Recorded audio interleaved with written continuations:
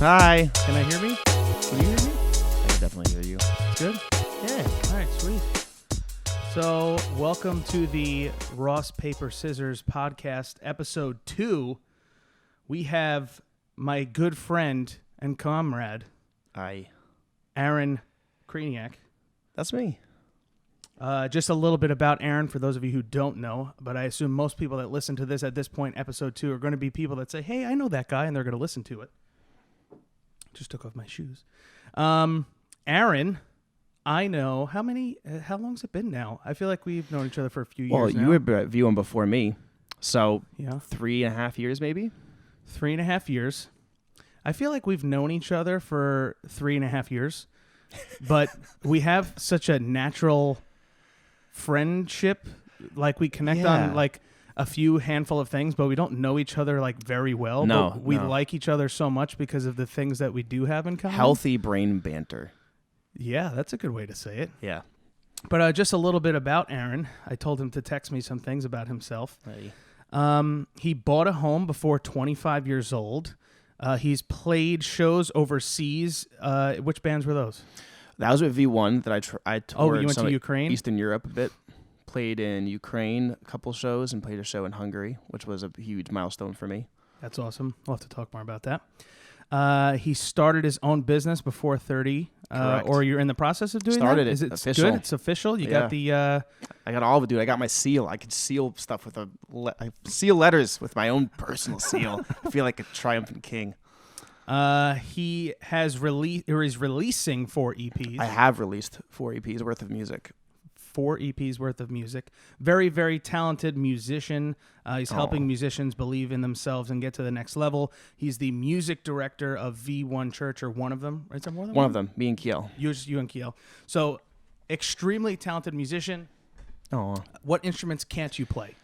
well, there's a lot because there's so many instruments in the world. I've dabbled in the kazoo, but Like, I could be one of those snobby guys who, like, I play guitar, 6-string, 7-string, and 8-string.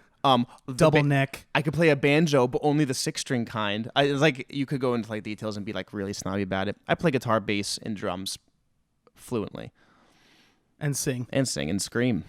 Scream. Mm-hmm. Screaming's good. Yeah, and I can do that right now though. It'd be bad for this microphone.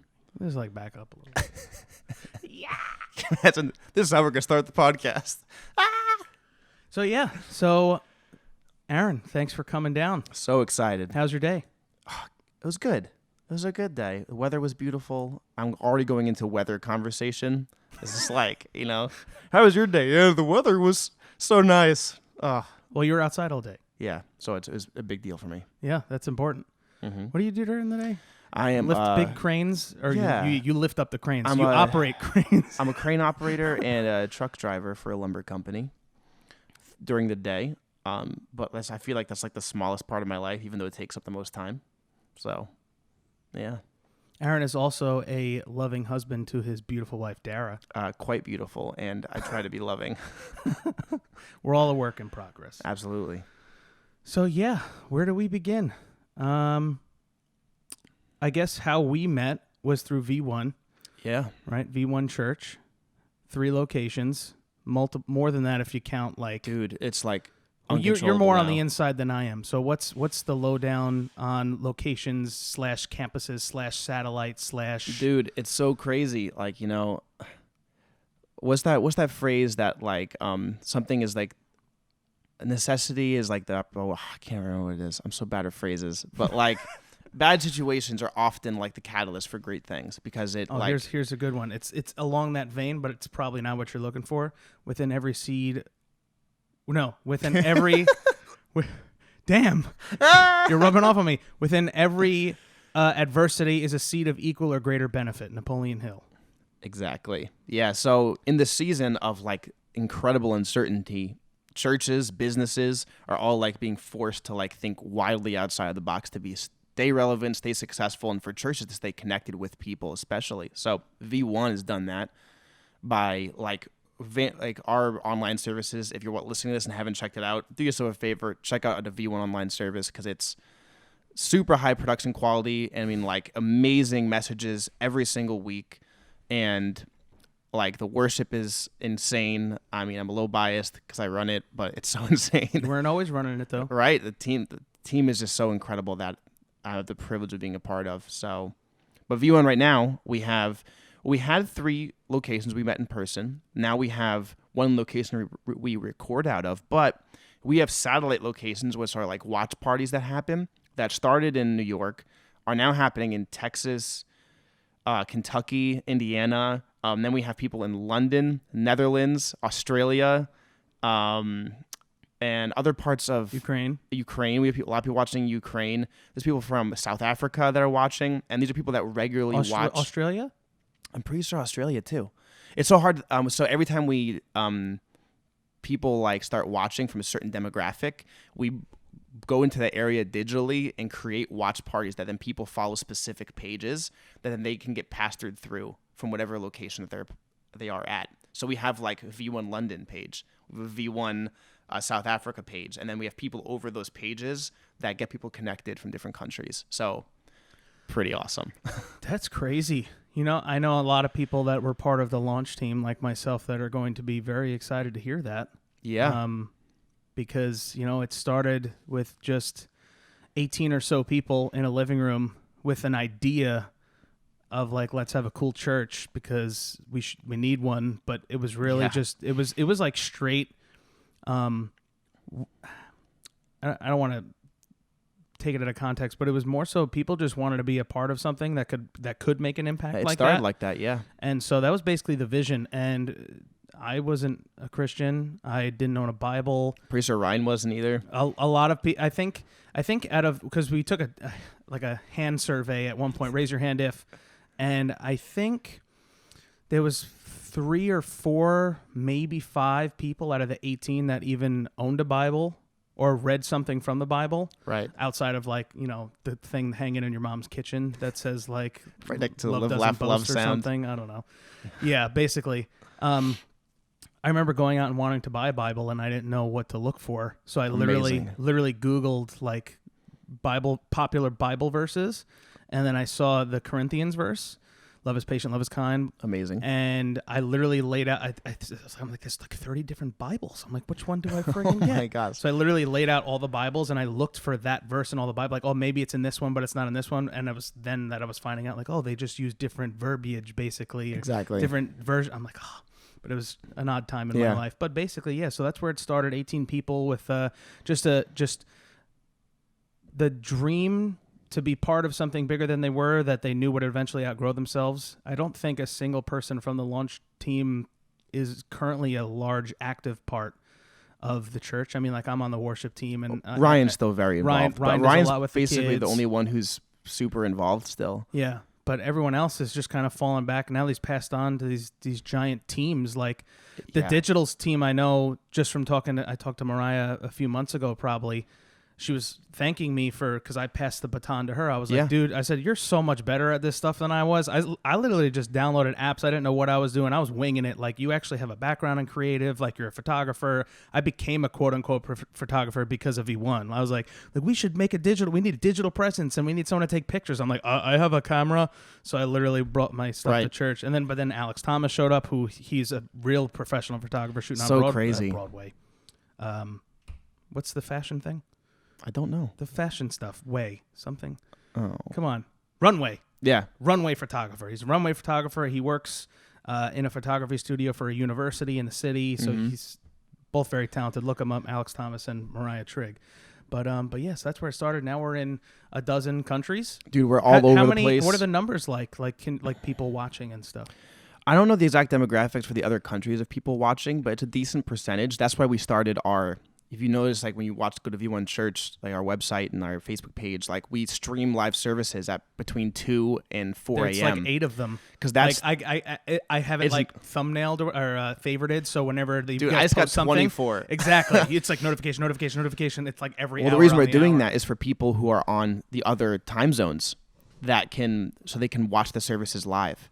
And we actually have teams that are up at 2 and 4 in the morning that are there in the comment sections of those live streams to be able to pastor people. That's wild.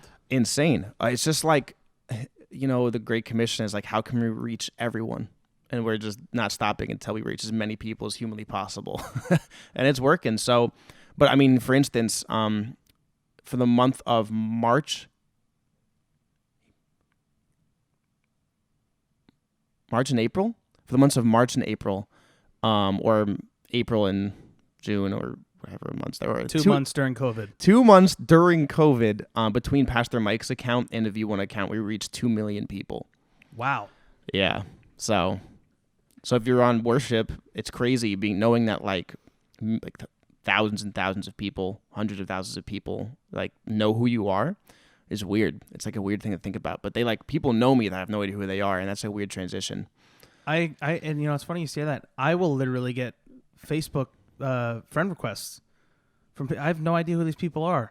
Absolutely. And I'm like, how did you even find me? It's very strange. I'm like in a video, or I sang one time in the past 3 months, kind of thing, and then they somehow, and I look at their mutual friends, and it's like 18 people from church. I don't know who you are. This is weird, but okay, like I get it. We're same team, I guess. You know, it's cool. I love what you said before about like how you pass the baton to someone, because like legacy is like the coolest thing ever to me, and like you have like everlasting legacy in the V1 church history now. Like you could let's say like we have 10 locations all over the world. They're all mega churches at some point. Our worship team has released some of the biggest albums in the worship world, which I believe all that stuff is going to happen. And you were like, I helped start the digital missions team that is this. Yeah, I mean, in the very, very beginning, it was Evan, before he even moved here. Right. Who he came here and like took pictures and video, then went back to Indiana, put some stuff together. He was like countdown posts and stuff like that. Then he came here. And then the digital missions teams, I guess, roughly started. It was just me and Alex Thomas, and we were the only 2 photographers, and we were the only 2 people. We shared the Instagram account, and then at one point in time it was just him. One point in time it was just me, and then it doubled back and forth. Sick. And then it came to the point where I was like, I'm done with this. I was like, it takes up so much of my time, like because I'm a creative too, but I was giving it so much brain capacity. I was it's like, a lot. I was like, I have another life where I live normally, and I have a full-time job and a family, not a family yet, but married, whatever. And I was like, I really just like don't want to do this. And then it was like overnight, seemingly, whoever it was, Evan texts me and he's like, oh, there's like 5 new people on the digital missions team. We got 2 new photographers. That's how it works. Like, I'm like, oh, okay, this is wonderful. Please, yeah, you could take all the pictures now. You could do this. Oh yeah, sure. You want to borrow a lens? Sure. Yeah, and for people who don't know about V1, that's like one of the craziest things about being a part of V1 Church is you can be either super, super involved in doing 100 things and be like in full-time ministry essentially, or step back and be barely involved and still be equally valued within the church, which is not something you could say about a lot of, especially larger churches. But like, does like you being like good at something or what you can give to the church or to the team that you're a part of has like nothing to do with your position with God and your position with people at the church. And that's always been super amazing to me, because like people know you, love you, appreciate you regardless of what you do or do not do for the church. Mm-hmm. And I love that. And God will use whatever He's got. Exactly. It doesn't matter. It doesn't matter who dips or doesn't. I think it's going to work. It's said as often as it used to, but we were the church of misfits. Yeah. Because, I mean, just looking at our launch team, we're a weird group of people. Yeah, hasn't changed. Not a weird group of people. I love all of you. We're still all friends. But weird, though. Yeah. But like I remember we had a vision cast. Pastor Mike and Julie came out, and we met at some flowing river, something like that, church in Brooklyn, like the middle of who knows where. And he was like, hey, we're going to have a vision cast, like launch team, like come out and we'll see what's good. And I don't think even everyone even showed up. There's a picture of it somewhere that'll come up on someone's time hop. I think I've seen the picture. I think it's black and white, and it's literally they lent us the space, and Pastor Mike and Julie just cast vision. And one of the things that they had us do, they handed out these pre-made postcards, and it was like, what do you like to do?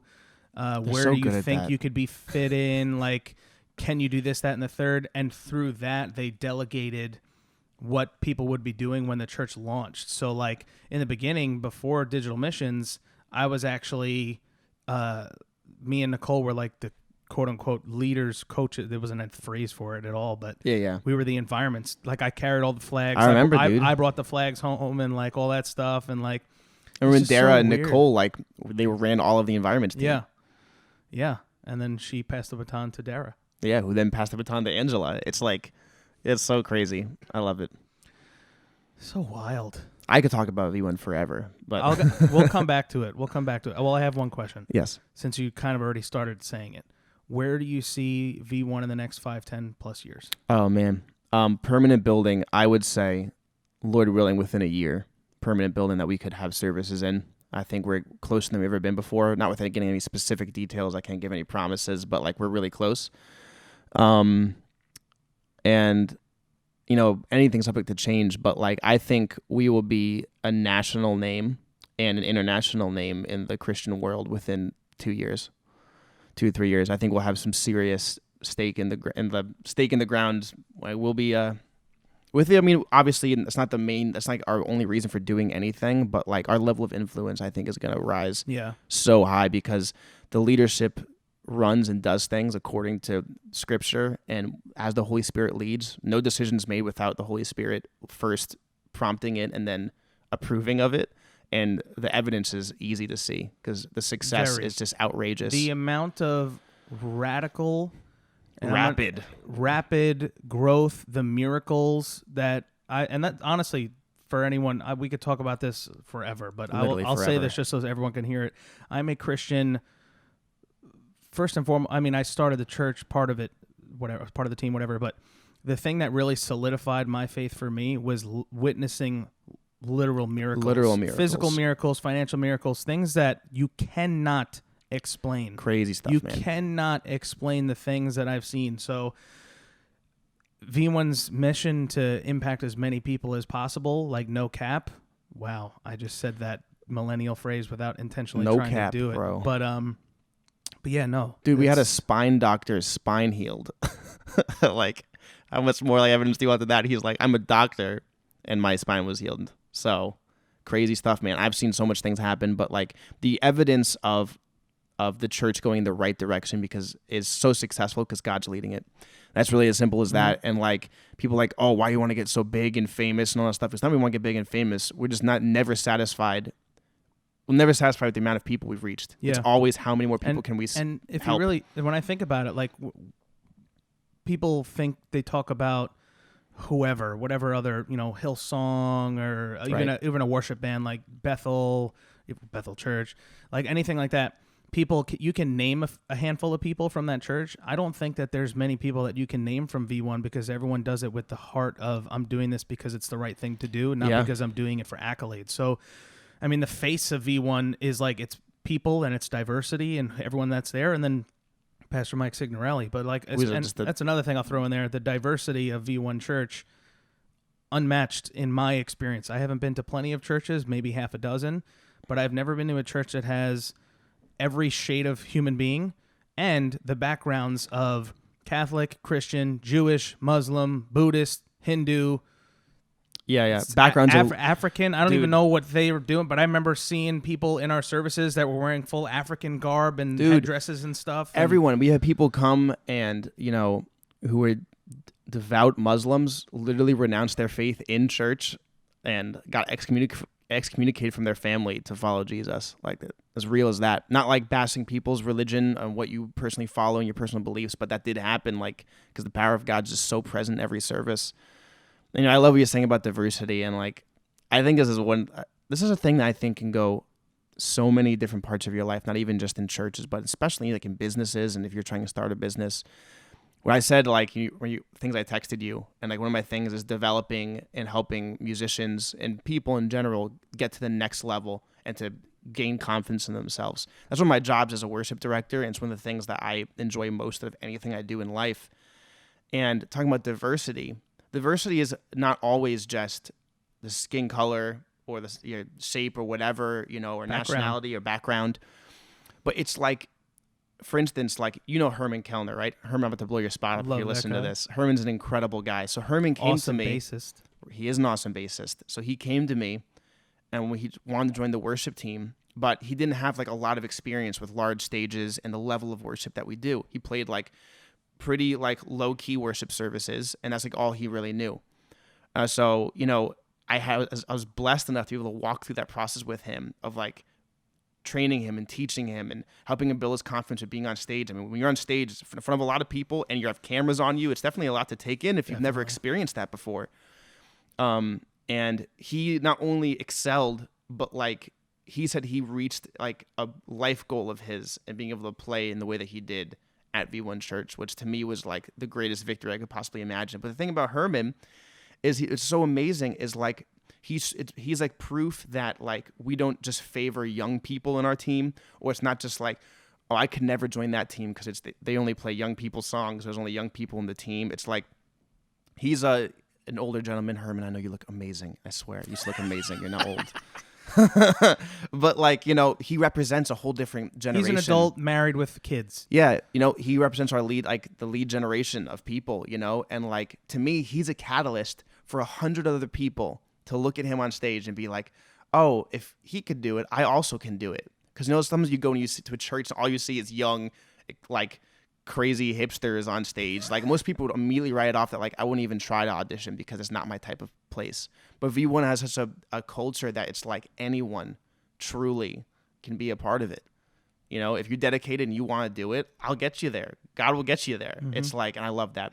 That's like, to me, like I'm like the most passionate about that. It's like, I really don't care what you look like, how old you are. There's no junior Holy Spirit and there's no old Holy Spirit. God's the same no matter how old you are or what part of life you're in.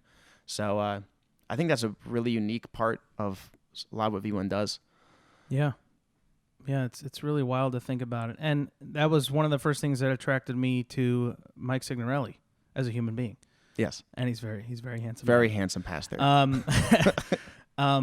But yeah, I mean, he's told this story before a couple times, but basically I had gone to a church because I wanted to see what it was about. I didn't grow up going to church or anything like that. And I had seen him on stage, mixed group of people, and he was in the front of the stage and he had a guitar and he was singing and he was shredding the guitar and he was wearing like a denim vest with like a hoodie. Oh, yeah. And he had like an epic beard and he had a sleeve of tattoos. Oh, you saw him like old school Mike Signorelli. Fathom Blues Signorelli. Yeah, man. I seen it. And I seen it. I just remember seeing this guy, and then he closes out the song, whatever, and then he puts down his guitar and picks up a microphone and started preaching. And I was like, wait a minute. What? Like, Hold on a second. In my world, I was like, pastors can't look like that.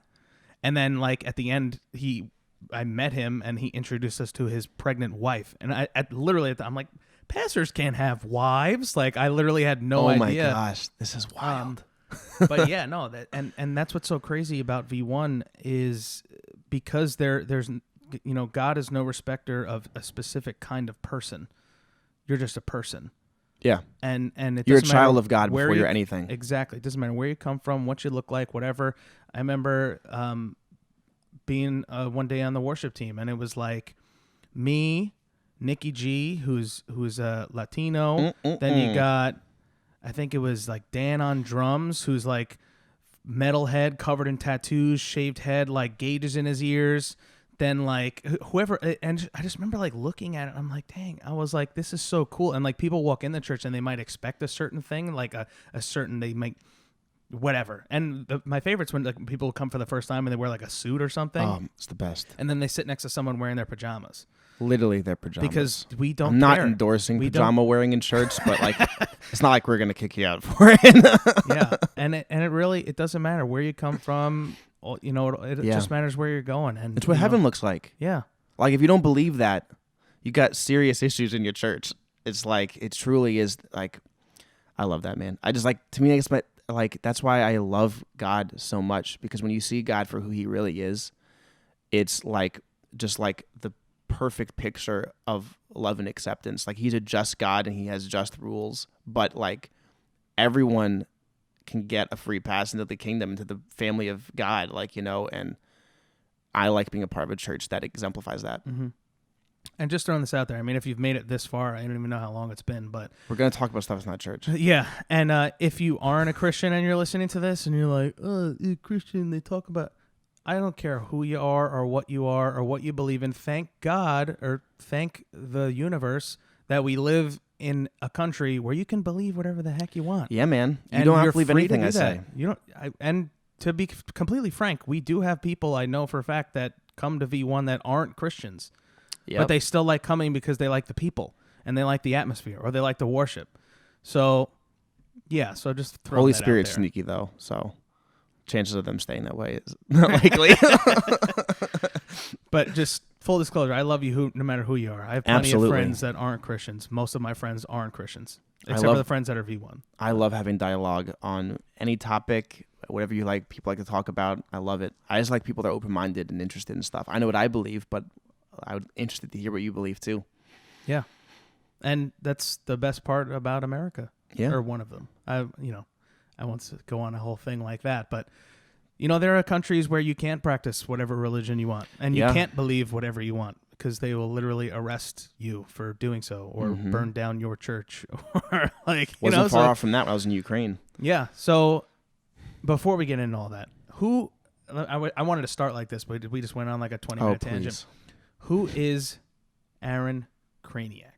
Where'd you come from? Where'd you grow up? What was your childhood like? How'd you get to here? I have a weird childhood. Definitely not like most people's childhood. Except for the one person that's going to listen to this and be like, oh, he's just like me. Hey, just like me. Yeah. I don't know why I said that like the guy from South Park. But, yeah, just like me. But, so I am 26 years old. I was born in Yaphank out in Long Island farm country. Did your family own a tractor? No. But I did drive many. I was born in Stony Brook, lived in Port Jeff. My dad had a tractor. Well, bully for you, man. I didn't get the bully.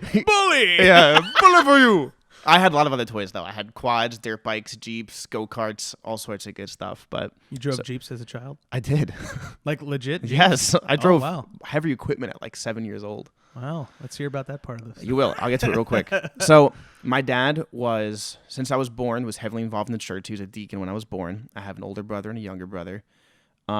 He worked as an operating engineer for Local 138, where he worked at a school and trained people how to operate heavy machinery. So he taught people how to drive backhoes, payloaders, cranes, all that kind of stuff. So from an early part of my childhood, I was around that stuff. I built Jeeps with him from a really young age and like refurbished stuff. And people always like leaving quads for some reason. We never owned anything. People just like left dirt bikes at our house.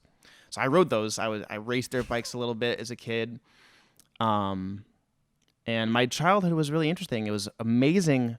It was amazing and unchanged until 10 years old. I mean, cul-de-sac with everyone came to my house because it was the cool house. I had a cul-de-sac too. Dude, I mean, like I had a massive 3-story tree house in my backyard that my dad built with pulleys and trap doors in it. Engineers. We had a club. It was like a clubhouse that we had our own club name was called Brimigengen, which was the first letter of all of our first names put into one, I think. We came up with something like that. And it was just the coolest childhood ever. It was like the Little Rascals in real life. So, and then around 10 years old, so my dad was a deacon, then he became an elder in a church. So if you know anything about old school Baptist type churches, that's the chain of command there, deacon, elder, pastor. And then he got an offer to be a pastor. He became ordained and then got an offer to be a pastor in the town my mom grew up in, which was in Green Valley, California, which has a population of 1,200 people, most of which are drunk. Some are witches. It's a very strange place. I'll get more into that if you want. It's a very weird place. So 10 years old, dropped everything, sold the house, moved to California, left all my friends. I knew some people in the town, so my mom grew up in it, but it was like a tiny little town that was literally in the desert, like snakes, mountain lions. It was dirt roads everywhere. It was crazy. Lived there for a year where my dad worked full-time manual labor and was a full-time pastor, which was outrageous. Then got offered to come back to New York to be the pastor of the church that I grew up in. So moved back there. So I lived for 11 months in California. Moved back to Long Island, where my dad became the pastor of Center H Bible Church, which he's still the pastor of. Great pastor, awesome little church in Center H. Definitely go check it out if you like old school country church vibes with a pastor who likes to do burnouts a lot. In the church parking lot. Yes, he taught me how to do a burnout in the church parking lot. So, it's excellent. So I came from like interesting background. I'm ultra conservative, and I don't want to get into politics too much on this podcast, but like, I grew up in an ultra conservative family, which is funny because I'm not ultra conservative now, but it's interesting when you make that change into adulthood where you branch off from your parents' beliefs in a lot of things. But I'm grateful to have a really tight relationship with my parents and stuff like that. So moving a lot as a child causes a lot of like emotional turmoil where you're leaving friends and finding friends, and you leave those new friends and come back to find friends. And it was definitely stressful. Dealt with a lot of anxiety, then depression. Was suicidal for a little bit around 14, 15 years old. But around 14, I learned how to play the guitar. Played drums from like 5 years old. My dad taught me my first drum beat at 5. Got a real drum set when I was like 12. And then learned how to play guitar when I was like 14. So once that started, it was just like music became all-encompassing part of my life. It was like every second I could do music or think about music or buy more guitars or do stuff, I was doing it. So started playing in church. Started playing a bunch of different musicians, started singing badly, really, really badly. I was a horrible singer when I started singing, had no skill whatsoever, and constantly wanted to play with people that were better than me. And to any musicians who want to get better, my number one recommendation is play with people that are better than you until you get as good as them. And that's how I got everywhere, like essentially. Played in a couple of bands, did an acoustic duo type thing, joined a pop punk band, played in a really sick hardcore band called Gentlemen that was around for a little bit. And then I jumped into the metal scene where I just went wild with crazy shows and all sorts of different stuff. Then formed a band called Overcomer, which became Rest Well. Was in that band for 3 years. Some of the coolest things I ever did. Played a lot, gained some really good recognition on Long Island and stuff like that. A lot of crazy shows, a lot of fights. It was wild. Then, I was always in ministry through all this, and I was always with churches and always like kind of in and out, but going different places, got hurt by a lot of places, got hurt by a lot of people. But God always would like refuse to let me give up. Like that was always a thing. Like I tried to run away from church a bunch of times where it was like, I'm not doing it anymore. I'm not going to be part of ministry. And every single time God brought me back, every time. Led worship at tons of different churches, was a worship leader at one church on Long Island, a youth worship leader at another church, a worship leader at a church upstate New York. And then found V1 Church and never felt home until I finally found V1. Went to a lot of churches, and I felt home at my home church when I grew up. But it's like I knew God was calling me to different things, and joined there. Got involved with the band. Got put through some leadership stuff. Joined V1 College. Went through 2 years of leadership training there. Now I'm the worship director at V1 Church with Pastor Kiel. I also oversee the writing for V1 Church with Stephanie Haas. And I started my own business with Chris Wrigley. I'm a producer for some artists, and I write and record music constantly. I perform music. I don't know, man. This is my life now. It's wild. Got married at 21. Bought a house at 23. Yeah. You guys were that young? Yeah, I was 21. I knew you were like, you share the picture. You're like, oh, we were babies. But dude, I was 21. She was 22. And then we bought a house like a year and a half after Dara's we got older married. than you too. Nicole's older than me. Yeah, she's 28 now. I'm 26, so she's like a year and a half. Nicole turns 28 in 2 days. Old. She'll be 28 by the time this podcast comes out. But so that's like my life in a nutshell. I don't want to go too deep into anything, but I've been through a lot of different stuff, done a lot of different stuff, but music and Jesus have always been there. So that's what I'm doing now. I take you as a very collected person, a very polite person, someone who, when you get on something, you don't stop. Yeah, that's true. Is that a temperament thing, or is that like something your family, you grew up that way, or? It's kind of like, it's a couple of things. I haven't done my temperament test for some reason. Sorry, Kiel. I know she keeps telling me. I know. She's literally gonna, if she listens to this, she's gonna be like, text me about how angry she is again that I haven't done it. I'm gonna do it. I promise one day. But a lot of it I attribute to my dad, because he had just such an incredible work ethic, and he always valued integrity like above everything else. And he taught me about integrity at a really young age, just like being on time, being honest with people. You were an hour early today. Like, dude, if anyone knows me, this one thing they know is that I'm not late. I'm just not. It's not. Doesn't happen. But my dad taught me the value of integrity, working hard when no one's looking, doing your best even when like it seems like no one cares that you are, and always being honest, and like that carried with me through my whole life. It's got me everywhere. literally it's like every job I get in, I end up being a manager in, or I get offered manager positions. It's not trying to boast about me. It's just like literally, if you have that work ethic where it's just like you have integrity when no one's watching, I guarantee you will be infinitely more successful than you are right now if that's not part of your character. Like integrity, I can never stress how important integrity is in someone's life. If you're a person of integrity, you not only get offered more things because people just have a deeper sense of trust for you, but like authority comes naturally to you because people have reason to trust you because you have integrity. And that kind of carries me through my endeavors too. But as far as being a go-getter and stuff like that, like that's new.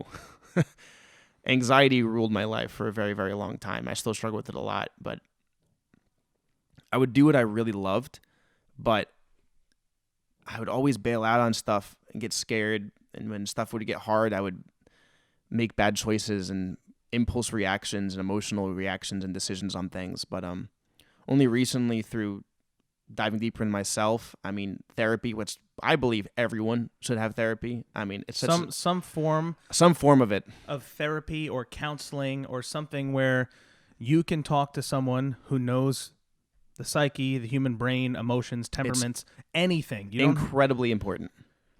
Incredibly important. Dude, I mean, like, and some people will be like, literally, because like you have like this, like I lead a decent amount of people. I think I lead about 30 to 35 people right now, which is bad that I don't know how many people on my worship team. Whoops. But it's Whoopsie. it's like I lead a lot of people, and sometimes it'd be like, oh, you can't say that you go to therapy. They can't know that.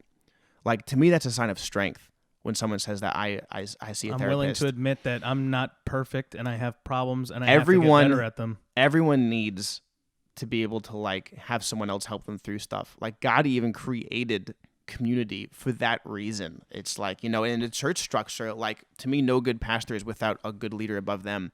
And even Pastor Mike, who leads an entire organization of this massive church called V1 now, has leaders above him that he's accountable to that help him walk through stuff and help him make right decisions. So, through having like therapy and working with great pastors and great leaders in my life, I've been able to like hone in my integrity and hone in my work ethic to like counteract anxieties in my life and stuff, and which led to me starting my own business, which was the scariest thing I ever did in my life, but the coolest process. It's so awesome. Yeah, and just to touch back on that, there's a verse. I'm terrible at remembering where they came from, but maybe you know or someone does. Put it in the comments down below.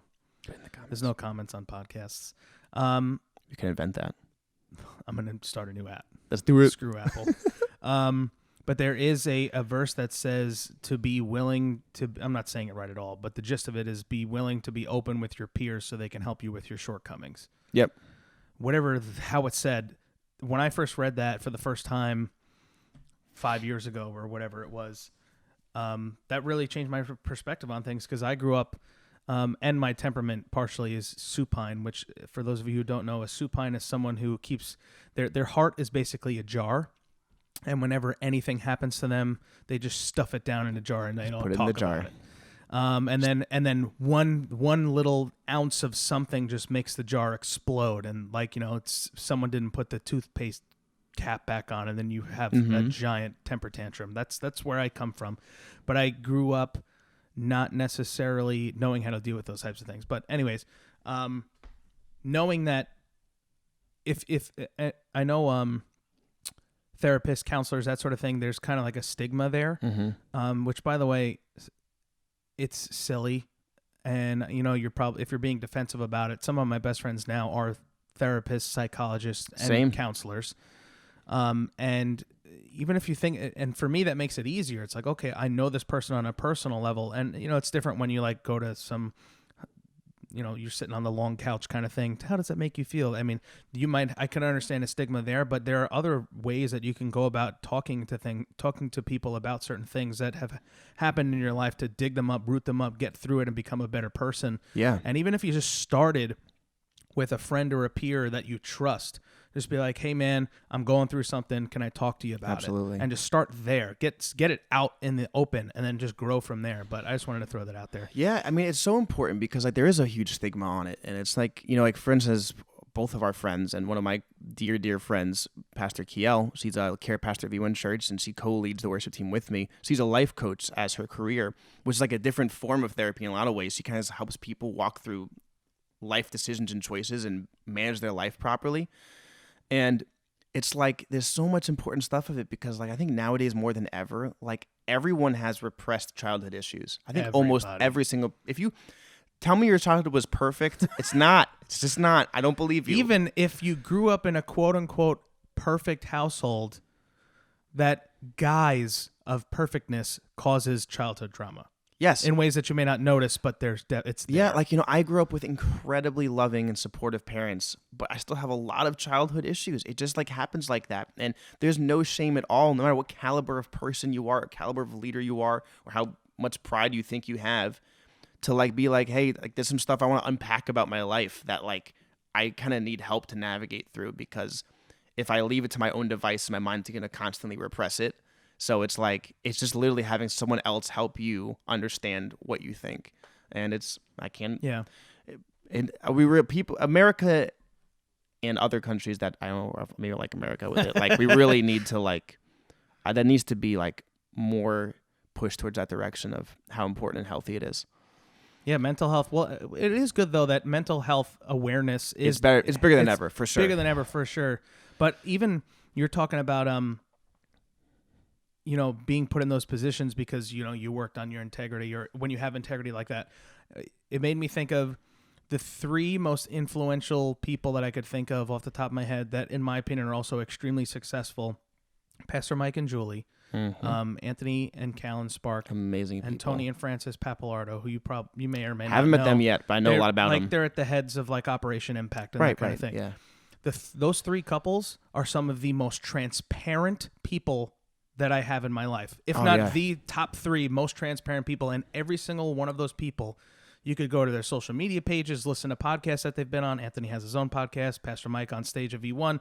Every single one of them has no problem talking about their shortcomings, about how all three of them almost got divorces, like they went through crazy trauma as child, all kinds of crazy stuff. Like they are the most transparent people, and in my opinion, the biggest leaders that I have in my personal Absolutely. circles. I mean, Pastor Mike will straight up say from the pulpit on multiple times, like, I was a raging alcoholic and a terrible, terrible husband while I was and a an pastor. atheist. While I was a pastor. And an atheist. And but it's not like when you're a leader, it's like there's two different ways you could go about this. There's a difference of like exposing weaknesses to people that you're still battling and then bringing them into your drama.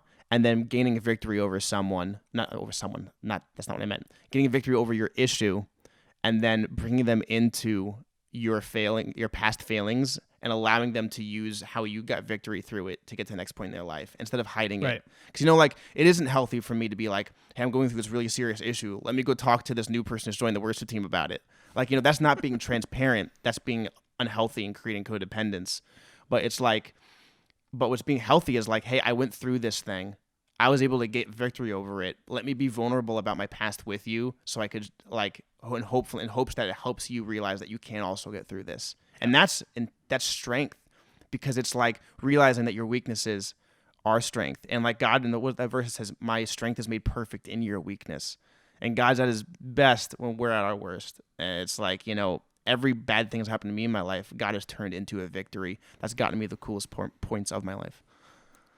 Are you willing to talk about some of those things? Yeah, I'll talk about some of them. You don't have to, but I just literally going off base what you just said, which I agree with, is if you've conquered something, it gives someone else permission to conquer it also. Absolutely. And not everyone has the same journey. It's going to be different for everyone, but there are certain things people, whatever. It literally applies to virtually everything in life. If you feel like you're incapable, not worthy, et cetera, et cetera, et cetera, there's always going to be someone that has done it. Yeah. That can. I mean, I have one immediate one that I gained recent victory over, but I mean, it's kind of edgy. If it's edgy, you don't have to talk about it. No, not like I'm afraid to talk about it. But my podcast is marked explicit online. Oh yeah, let's do it then. I mean, your friends and peers are going to listen to this though. No, it's good. It's good. This is important, actually. Go for it. So it's a cool thing. I think it's really good in this climate. So I was super misogynistic. Like, I did not view women properly. And like the way that I would handle a lot of situations was obvious that I was dominant in the way that I spoke to them and not understanding and not listening. And I came into V1 with that mentality. I won't go too deep into like past history of why specifically, but I came in with that mentality, and it was obvious in the way that I spoke to people, and I caused a couple of rifts and like that I didn't even think about because it was just part of my character, where I caused some hurt in a couple of areas and I caused some offense in a couple of areas, and I'm like, what are you talking about? Like, I didn't say anything weird, I didn't do anything bad, and I think like there's this like there is still such a large culture of misogynistic type of viewpoints and thinking in America that like still is like, it's like subtle, but it's definitely bad, especially in churches. I see it so often in churches. Like, one of the things, me and Kiel will talk about this all the time, that if a female leader is even remotely attractive, like a male leader won't even like interact with them purely out of like, well, I don't want to cause myself to stumble or something like that. And they're like cause like this divide that like pretty girls can't lead because like it's like this weird vibe, you know? Kiel's told me that before. Right? For her personally. Right. For her personally, she's dealt with that. And many other women deal with the same type of thing. And you get this a lot of misinterpretation of scripture and all sorts of different stuff. But I came in with that kind of mentality. Now, I wasn't outwardly like sexist. Like, I was like, men are just better than women in all ways. I wasn't like that. But just the way that I came across to many women was like, I was bossy. I was like, that kind of like know-it-all attitude, like you couldn't understand what I'm talking about kind of thing. And was really not okay, and I didn't see it that way. And it took a little bit of like, thank God, amazing correction from my pastors on those issues, and never ever turn down healthy correction from anyone. If someone wants to speak into your life that has a successful lifestyle, let them mess you up. It is incredibly healthy to let people that are above you, and like whether it's like in a business structure, people that you trust that want to like speak into your life, or in a church structure, people that you trust, if they want to say something to you that you don't agree with, just let it sit. They're probably right. They're probably right.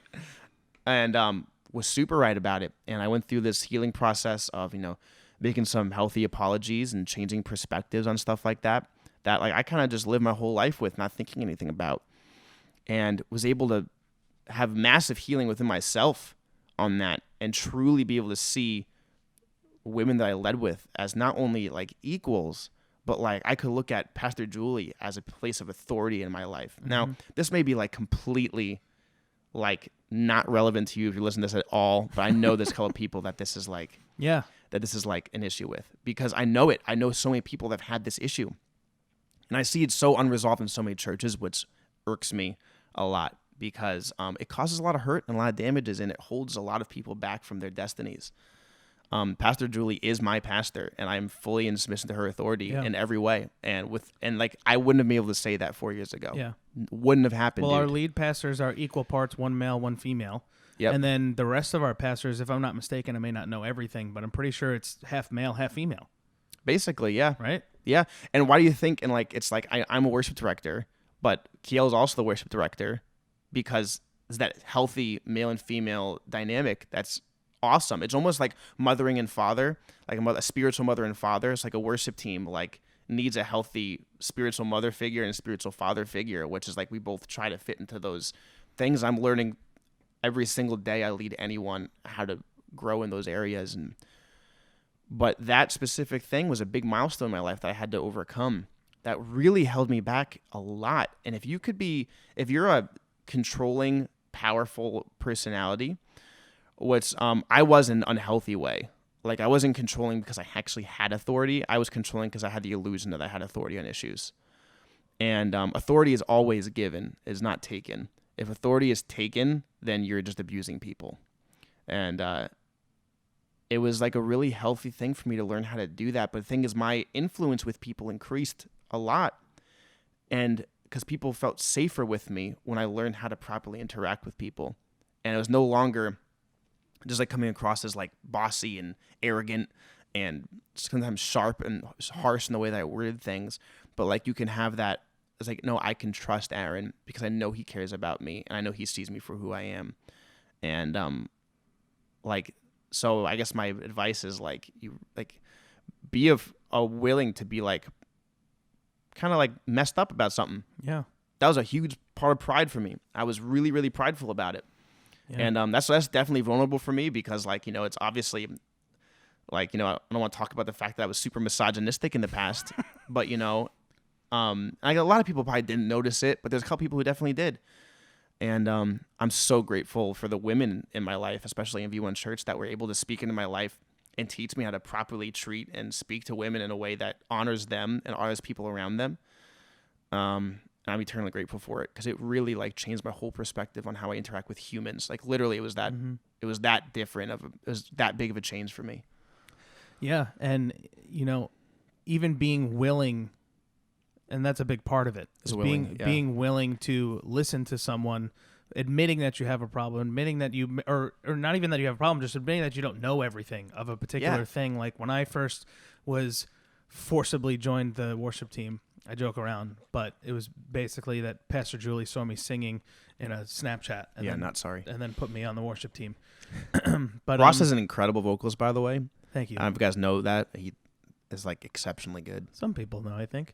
But the first two people in the worship setting to really like coach me, because I had no idea what I was doing. Mm-hmm. I've never sung on besides in a car. Yeah, dude, you had like no actual zero experience. And what was one of my favorite parts about the inception of the worship team was like it started with a handful of people that launched V1, but then I feel like the original group started with recruiting people for the worship team because we needed that above else. So Nick Garcia was one of the original ones. I think Dan one of the first two services that we did, live services, half of the worship team wasn't even from New York. Raina, they came from Indiana people. That's what I'm saying. They came from Indiana twice because we still, after doing live services, we literally didn't have people to perform.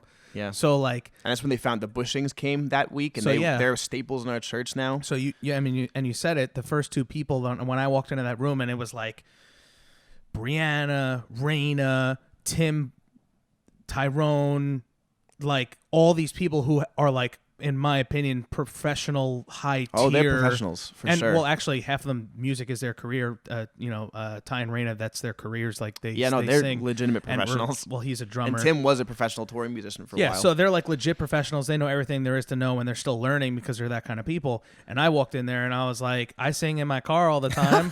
And they're like, all right, we got you. And the two people who originally gave me a lot of really good advice, shout out, was Tim Bushing and Raina. Oh, they're amazing human beings. They're some of my favorite in the whole world. Amazing human beings. Ty and Raina, we love you and we miss you, but that new house you got looks legit. No, it's nice. So they moved. But they're doing good. Yeah, they moved down south, but they're doing good. But yeah, no, that was one of the first, and I because I had that was one of the. It doesn't happen for me all the time, but I walked in there and I was like, I have no idea. And they're like, oh, you didn't bring in-ears? And I'm like, I don't even know what in-ears are. Yeah. Say what now? I mean, you did though. You got the nice ones. You listened to me. Well, the first time I did, you told me to get like the Shure ones. You just go to Guitar Center. They're like $100. You could use those. Oh, you upgraded, didn't you? Yeah, I used those until they blew out. Right. And then I was literally on stage and I couldn't hear anything, which was a fun adventure. Uh-huh. And then I went to Sweetwater and I got best website in the world. I don't remember which ones I got, West but Tones. it was one of the ones that you recommended. They were like $300, but they're phenomenal. I know everyone really cares about exactly this, but they're West Tone UM30s for the nerds out there. Great in-ear monitors. And I got them. Actually, you know what? They were originally $300. I think you were like, dude, these are on sale right now. I got you the sale, bro. They were like $70 off or something, and then I got an awesome Australian person calling me. Stuart Niven. Who's my man. I have my personal rep from Sweetwater because I have a sick disease. Yeah, when you buy stuff from Sweetwater, they're an Australian-based company, but they're in they're not. Or they're Indiana, right? They're an American-based company. He just happens to be Australian. Oh, I thought they were all Australian. Nope, Indiana. All right, well, I knew that their headquarters was in Indiana because that's where the caller ID is from. But all right, so Stuart just happens to be Australian. Weird, right? But he calls you up. He's like, hey, mate, how's it going? Just want to make sure that you got your in-ears and they're working good. And I'm like, well, bud, I haven't gotten a chance to use them yet, but I'll let you. Oh, definitely, man. Let me know when you get to. I'm like, this guy's dude, awesome. I bought so much stuff from him. Another fact about me, for people who serve with me in the worship team, I have made so many people make Such bad financial decisions. Dude. So there you go. Don't listen to Aaron when it comes No, to no. finances. No, listen to me when it comes to finances. I'm not that horrible, but with gear purchases Music. specifically, dude, the amount of money I've lovingly convinced people to spend money on, and all of it's been good stuff for them, but man, I have a gift. I have a gift of getting people to spend a lot of money on guitars and amps and You're stuff. convincing. Well, you need good stuff, man. I'm all about high quality things. I don't like buying cheap Half the stuff. gear that I'm using right now is per your recommendation. Yeah. The other half, I actually X'd you because I respect your opinion on the topic, and I knew you'd know about it because you basically post about how you buy stuff all the time. All the time. And the other half was from Sean Luke because they have their podcast, and I was like, hey, what equipment do you use for your You podcast? did good. Zoom H6. So it's basically it's a smash together of the two lists. It's literally a podcast studio and you can put in your pocket. Yeah, it's legit. And yeah, I love it, and I can't wait to upgrade. See? That's how it happens. I really wanted was it the SM7Bs? I have 3 of them in my basement right now. 3 times the cost of this literally microphone. have 3 of them in my basement right now. But I noticed the difference in sound. You go on YouTube and type in the difference versus. People are like, oh, it's not that much of a difference. I can hear the clearer difference. low end, I more can hear the pronounced difference. highs. It These gives are you really that mid range. Classic podcast sound. See, I'm talking about EQ frequencies again. And then an arm. Yeah. You need to get a thing. room that's also treated a little bit. So Yeah, it this doesn't is echo. literally we're in my parents' basement. I don't know if I've ever said that, but Yeah. I But it's don't nice. really- It's like a long table. I get to stare directly into Ross's eyes. Yeah, you know, it's funny you said that. The first episode with Dennis, we actually sat across from each other like that. But this is literally one of those fold-out barbecue/beer pong tables. Mm-hmm. So it's only like 2.5 feet wide. So we sat across from each other. I just feel like we were way too close. And not because of COVID or anything like that. But It's like knees literally, touching. Yeah, we were like just really close, and it was uncomfortable. No, this is great. I love But it. then I was like, oh, let's do long ways. This is like This a is 6 foot great. It table or forces something. me to look you directly in the eye. I'm talking to you, which is a very unpracticed thing these days. So it's nice. Yes. So, and just because I like to share this is a I don't know, talking life hack. I don't know. When you go on a double date, or with another couple, or rather, it doesn't have to be double date. When you go on out to dinner with lunch, drinks, whatever, with mixed gendered people, males and females, whatever, or whatever your belief is, sit opposite of whatever. So I'm making this very convoluted. I know what you're saying. If me It's and simple. Nicole went out with Aaron and Dara, Nicole would get in first on my side, and Aaron would get in first on his side. And then I would get in second on my side, and Dara would get in second on her side. So, because everyone has been there where you go out with another couple or a group of people, all the girls are talking to each other on one side, all the boys are talking to each other on one side, which is fine. Sometimes you need that every now and then. But when you're going out with a couple because you like the couple, like we love Aaron and Dara, you sit crisscross to the person that you would normally get into a long-term conversation. So that this way, it's impossible to have 2 conversations, and everyone has to be included in the conversation. Because for me personally, I hate being on the outside of conversations. I literally even posted a meme about it recently, about like me waiting for my friends to invite me to this conversation, because I just don't like being on the outside, but I'm also the kind of person I'm not going to be intrusive and be like, let me in this conversation. So if you sit boy, girl, whatever, it makes everyone talk together. It's so great too. So I love life hack, everyone better do that next This time. also reminds me of the fact that we need to get dinner soon. Yes. Like, excellent. As a couple, or me and you right now? Well, you know, I want our food right now. But no, as a couple. My mom's like cooking upstairs. As a couple. I smell it. Oh man, what else can we talk about? I had stuff that I wanted to talk about. Because I go hard on ministry stuff, but there's many things I enjoy talking about. So you talked about a shortcoming of yours. Do you have any more that you'd be willing to share? I just think they're really helpful. I'll talk about mine all day long. I'm one of those weird people who has no problem just airing out my own dirty laundry. Oh man, I mean, there's so much stuff you can talk about with shortcomings.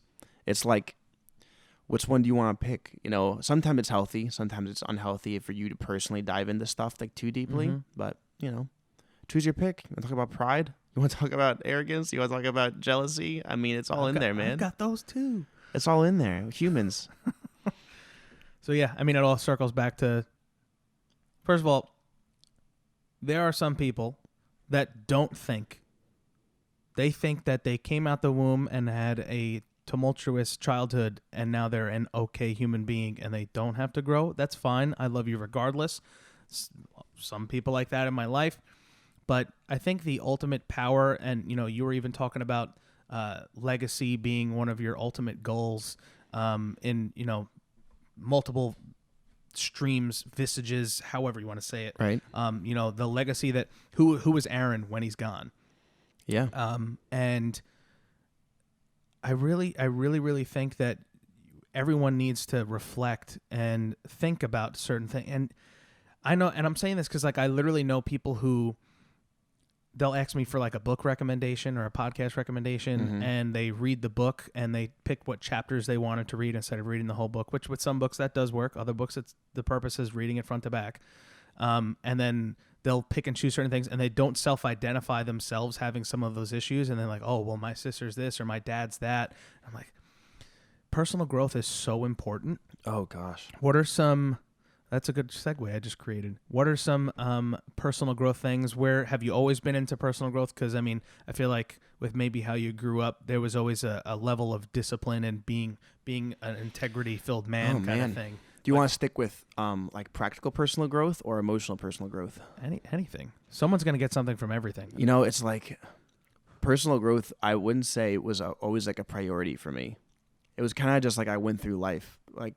As most people do. Mm-hmm. You kind of just go from situation to situation, relationship to relationship, job to job, with no real...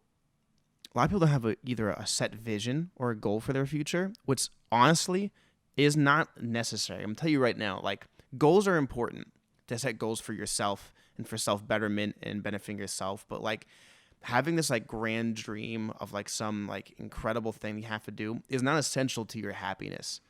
It's the way if I can elaborate deeper on that. Do it. It's so I have really intense goals. I want to be an influencer. I want to help people get to the next level. I want to lead leaders. I want my business to grow. I want to produce some of the best albums that have ever been released into the world. I want to write some of the best songs. That's what I want to do. And I'm training myself to get to those places every single day.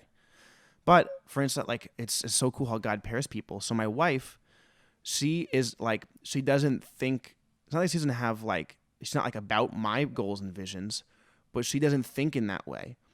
But it's a healthy thing because she bounces me out a lot.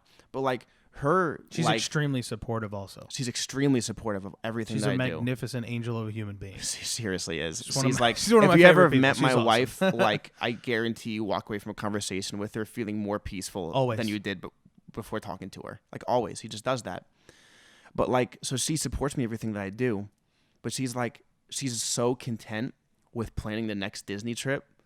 And you guys love Disney. Dude, we already have the next one planned, even in COVID. January, we're going, man. COVID or not. But and she's content with that. And she loves planning the next thing, planning our vacation and living life together because happy marriage is enough for her. And it's enough for me too. And those little victories, which to me are massive victories, are so essential to living a satisfied life. It's not if it wasn't enough for me to just be satisfied living with my wife and being happy with her, the things I'm chasing would still never satisfy me. Right. You know what I mean? Mm-hmm. It's that feeling of because to me, God is my ultimate satisfaction. So being satisfied with him outside of any possession or achievement I can get in the world is my ultimate goal. He blessed me with an incredible wife that I have an incredible marriage with. If that's all I ever got and achieved in life, and I lived my life to the fullest and bettered myself in every way that I could, impacted people around me the best way that I could, that would be enough. And for some people, it's they feel inadequate. And I've talked to people about this. They feel inadequate that their dreams don't match up to other people's. And it's never compare your future and your destiny based off of someone else's capacity or emotional quotient or ability to achieve things. They're not you.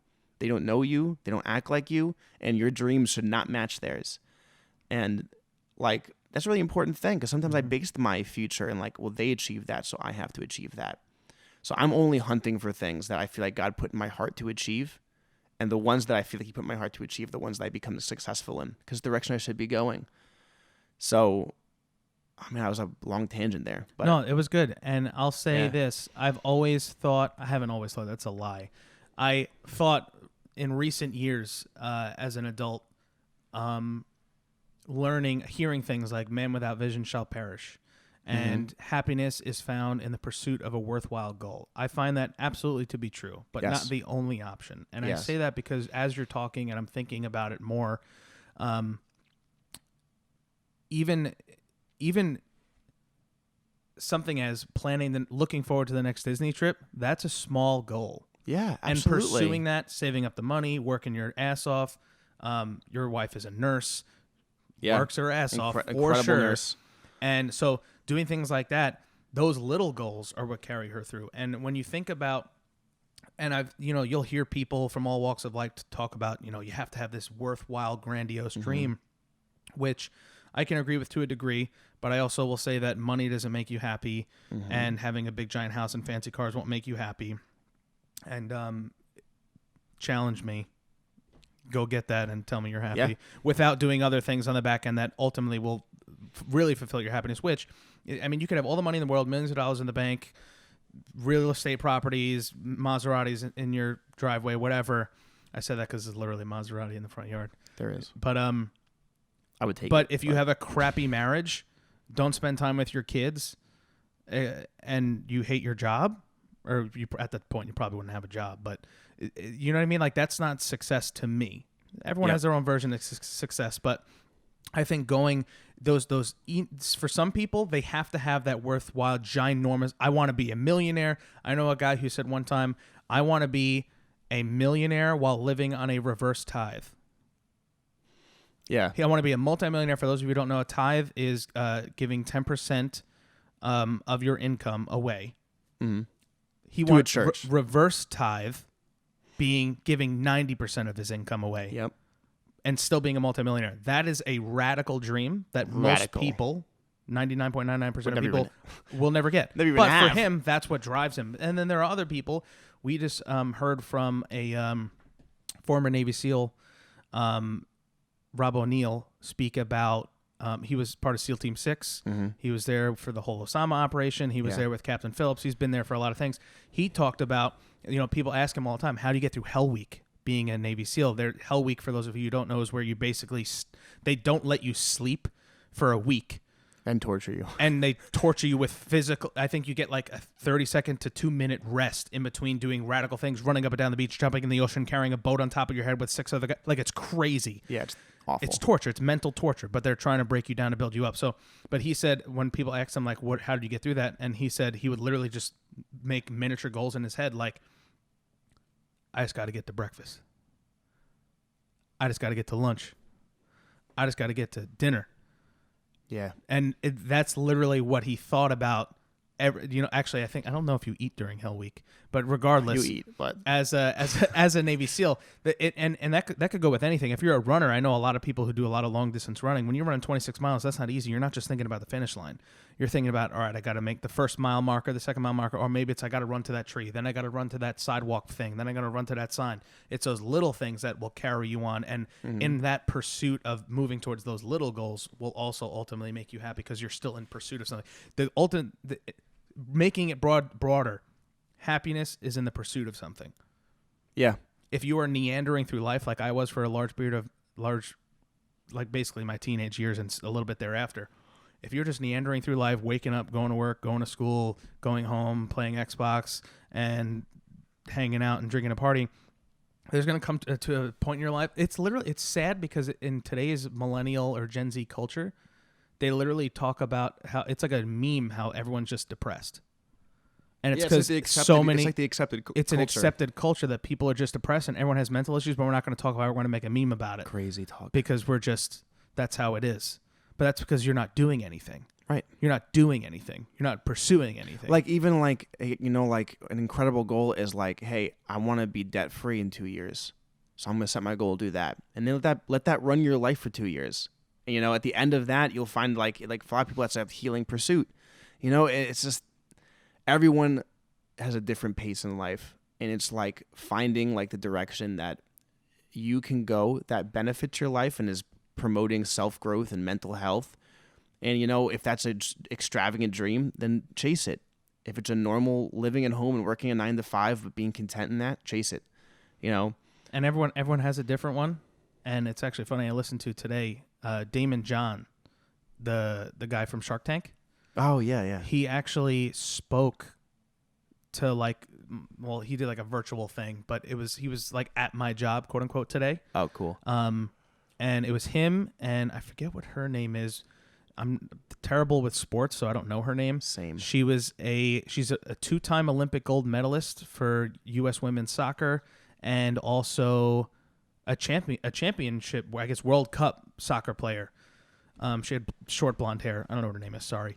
But it was the two of them, and a guy from my job was asking them both questions. And something that Damon John said is that for him, he grew up where he had to have multiple goals. He had short-term and long-term. He said every year he would write a week, a month, a 6-month, a year, and 2-year, 5-year, whatever, and he would set expiration dates on his goals, and every single time one of them expires, he creates a new goal. Dang. And he's like, I'm always shooting above and beyond. I'm always giving myself that extra room for the longer-term goal, because even if I don't get to that goal, I'm closer than I would have if I gave myself no goal or a little goal. Right.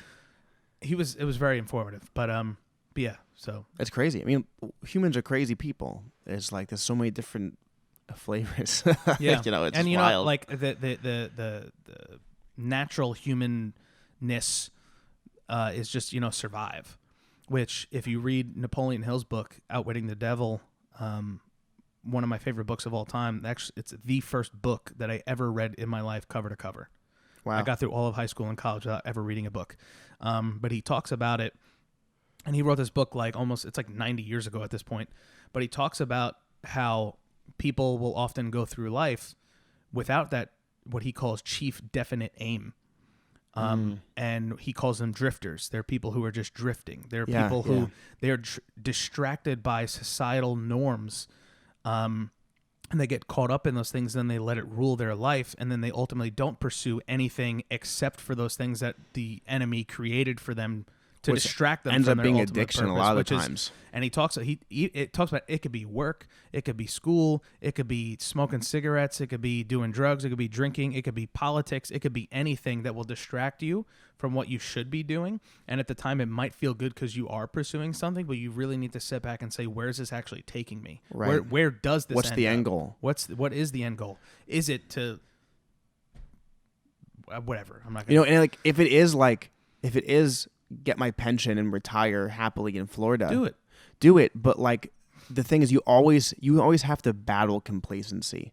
Complacency is always your enemy. There's a difference between being content and being complacent. Content is being I am satisfied where I am, and I feel like I'm satisfied where I am in life. Which sometimes it needs to be challenged, to be broken out of that place. But being complacent is just sitting in a part of your life and allowing things to just flow by around you. And which essentially, to me, it's spiritually dying. Yeah. Well, It's allowing your self to just it's in Pirates of the Caribbean where Will's dad, part of the ship, part of the crew, and he just became part of the ship. Yeah. It's like that. I feel like you just oh, well, this is life, and I'm just gonna sit in it. Yeah, and ultimately, ultimately, that's what makes mentally die. Yeah, well, I think that's a lot of times what makes people suicidal. Yeah, is because they don't have anything to quote unquote live for. And that hole is a hard one to get out of, because once you really settle into that lifestyle, your brain wants to stay there, and it will fight you to get out of it, because then you get complacent and your mind just gets stuck in that cycle of just living your life that way. Negativity is easy. Negativity is so easy. I'm a truck driver, and thank God to pay the bills. I'm a union driver, and I'm super blessed to have it. But some of the guys I work with, I see them just eke their way through life. Their only goal is to get home and drink beer. It's their only life goal is to do that. And Every day. Every day. And I'm just I haven't talked to them don't you want to do more? Do you have anything you do for fun, a hobby? And it's They hate, and that's something I say a lot. A lot of times they hate their wives, they hate their homes, they hate their lives, and I'm just but why are you even here then? What's your purpose? And there's so much purpose out there to get. And there's so much to do. There's so much to do. Especially, and I have people that are in a similar position, or people, and I say, what, do you have a hobby? And they're like, oh, I kind of like to do this, I kind of like to do that. I'm like, well, do it. Do more of it. You could make money doing basically anything today. Oh, man. The amount of people that I feel don't make money that could blows my mind. That's why monetize yourself. It's actually funny. Some controversial. I love TikTok. Can't get into it. But here's the thing: is it at the beginning, people talk, I don't go on TikTok because there's a bunch of underage girls dancing. Okay, I got you. There's also billions of people on it, though. It's not like that much of that. I don't know. It learns. It learns because it's watching you and sending information to China. But it, I was about to say that. I was listening to people like, I'm not gonna let the Chinese beam stuff into my brain. Yeah, but it does learn. So now for me, it's like funny stuff, and like I actually get a lot of music stuff. Yeah, it's really cool because I get actually specifically music stuff and people doing impersonations and voice acting. And I've literally seen success videos of people who literally just posted a video on TikTok and Instagram, and it went viral with millions and millions of views, and now they're getting job offers in their DMs for thousands of dollars to record a 10-second commercial for a random product that no one's ever heard of, but they're getting that's money. And it's like, oh my gosh. And they recorded with their freaking iPhone. I mean, obviously you want to upgrade, get good stuff eventually down the line, but the fact that that's the power that we all carry in our pockets every day that you take for granted. There's so much power in this stupid $1,000 device that you're carrying around. Right. That people that just want to just read the news and do nothing. Speaking of voiceovers, I've been working on the video that you were in. I get to listen to your voice over and over and over again. You're doing the editing? Yeah. Well, me and Chris are doing all the Foley sound effects. Oh, cool. Which one? The David and the Goliath? Mm-hmm. Cool. Yeah, man. I can't wait to have Nikki G on I did here. another one already. This is our second one. Cool. I can't wait to have Nikki G on here to talk about that stuff. Yeah, I'm not going to tell us anything about it because it's secret. Yes. It's pretty secret, I think. I'll just say this. Nikki G has a very unique way of... unique idea for reaching people. It's really cool. We'll just leave it at that. But tune in to see Nikki G. It's cat's out of bag. I did do some voice acting for it, so that was really fun. Yeah. You did a great job too. Thank you. It's actually still all recorded in my phone. Yeah, which brings me that I'm freaking one of the things that so I own a recording studio. Yeah. So how did that come to be? How did that all start? Oh man, this is a really cool story. Good. This story is like I still have trouble believing it. Like it happened to me, and it's just so strange how God made stuff happen. So I started messing around with recording when I was like probably 16 years old, but I always sucked at it. It was just so hard.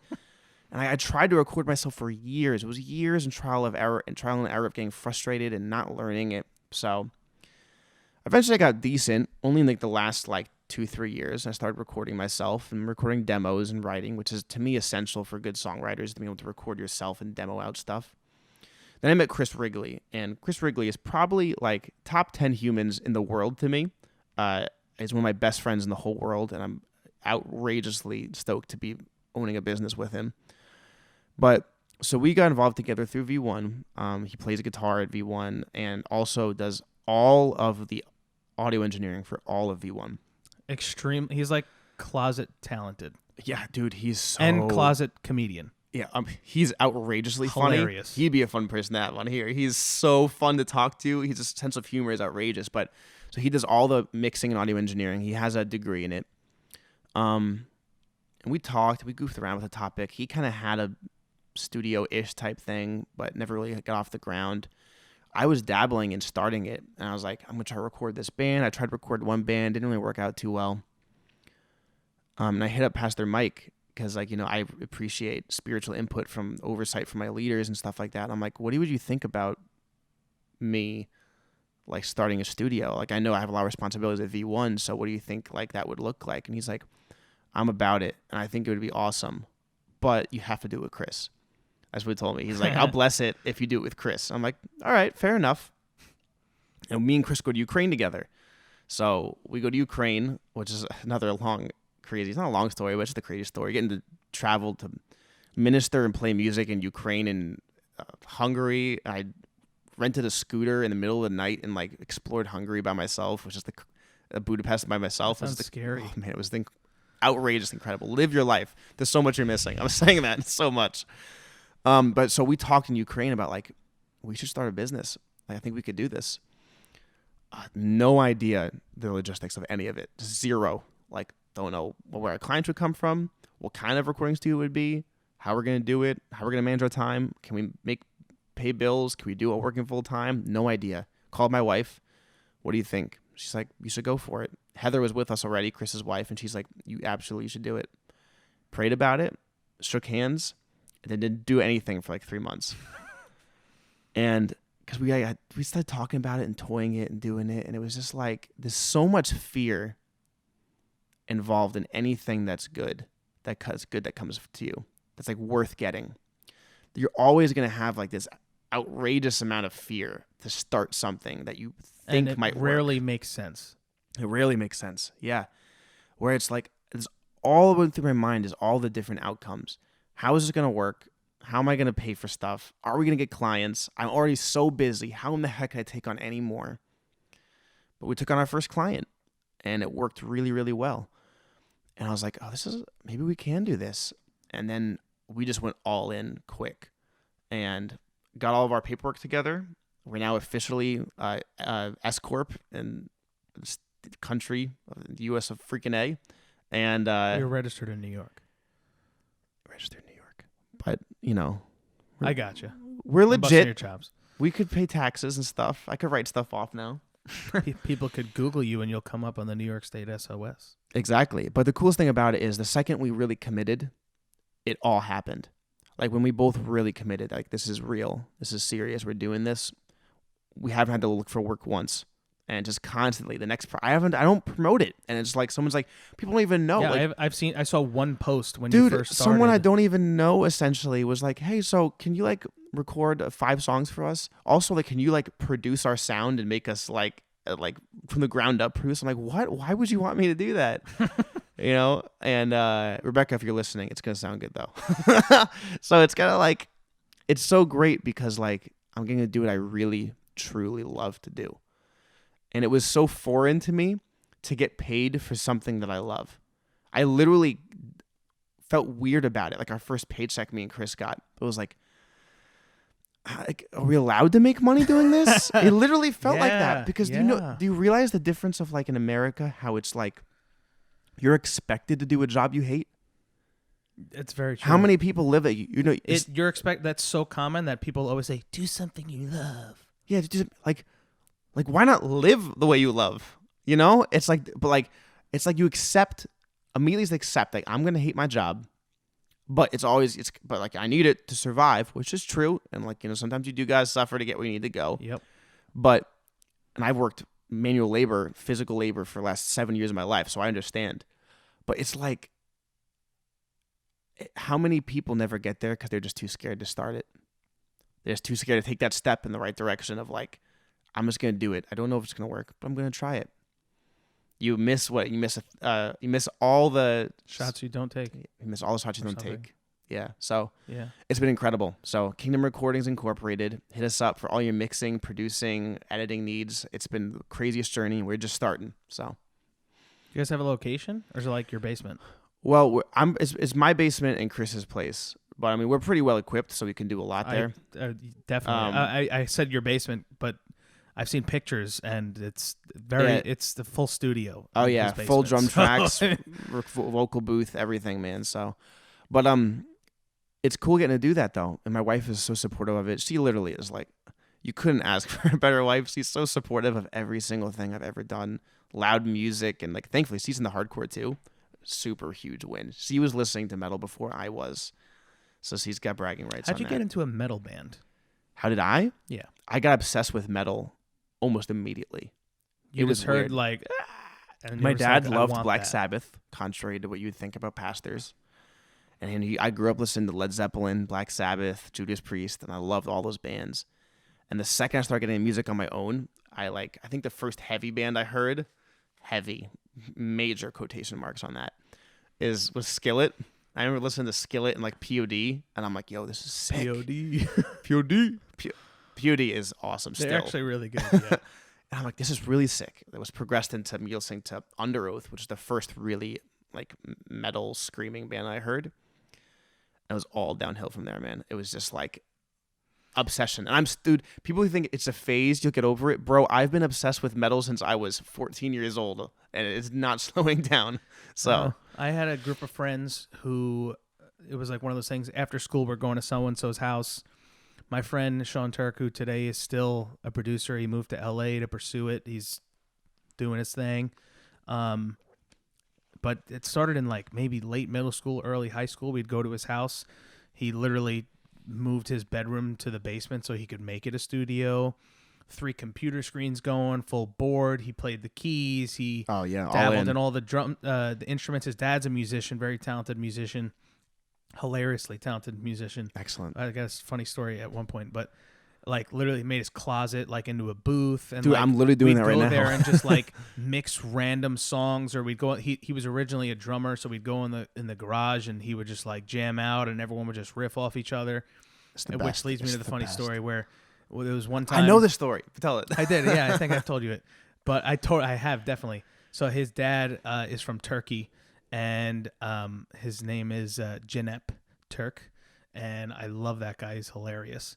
But very talented musician, and was actually working. He worked in a school. I don't know what he did in the school, but he was also a musician, and he'd like perform in New York City and stuff, like little bars and stuff. I guess I never really asked. Cool. But we're jamming out, and it's guitars, bass, drums. I think I had a synth. Because I'm not musically inclined for like any kind of instrument besides drums, which is what I played in like high school and middle school. So like he was already playing drums. So like, oh, use a synth. They're like, use these, just like these 3 keys, and like this is how you change the sound. And I'm like, okay, and like I don't know what the hell I'm doing, but literally his dad like comes in and he's like, you guys are being too loud, like keep it down, because we're like in the garage, which is like under the house. He like comes back in again. He's like, you guys are being too loud, keep it down.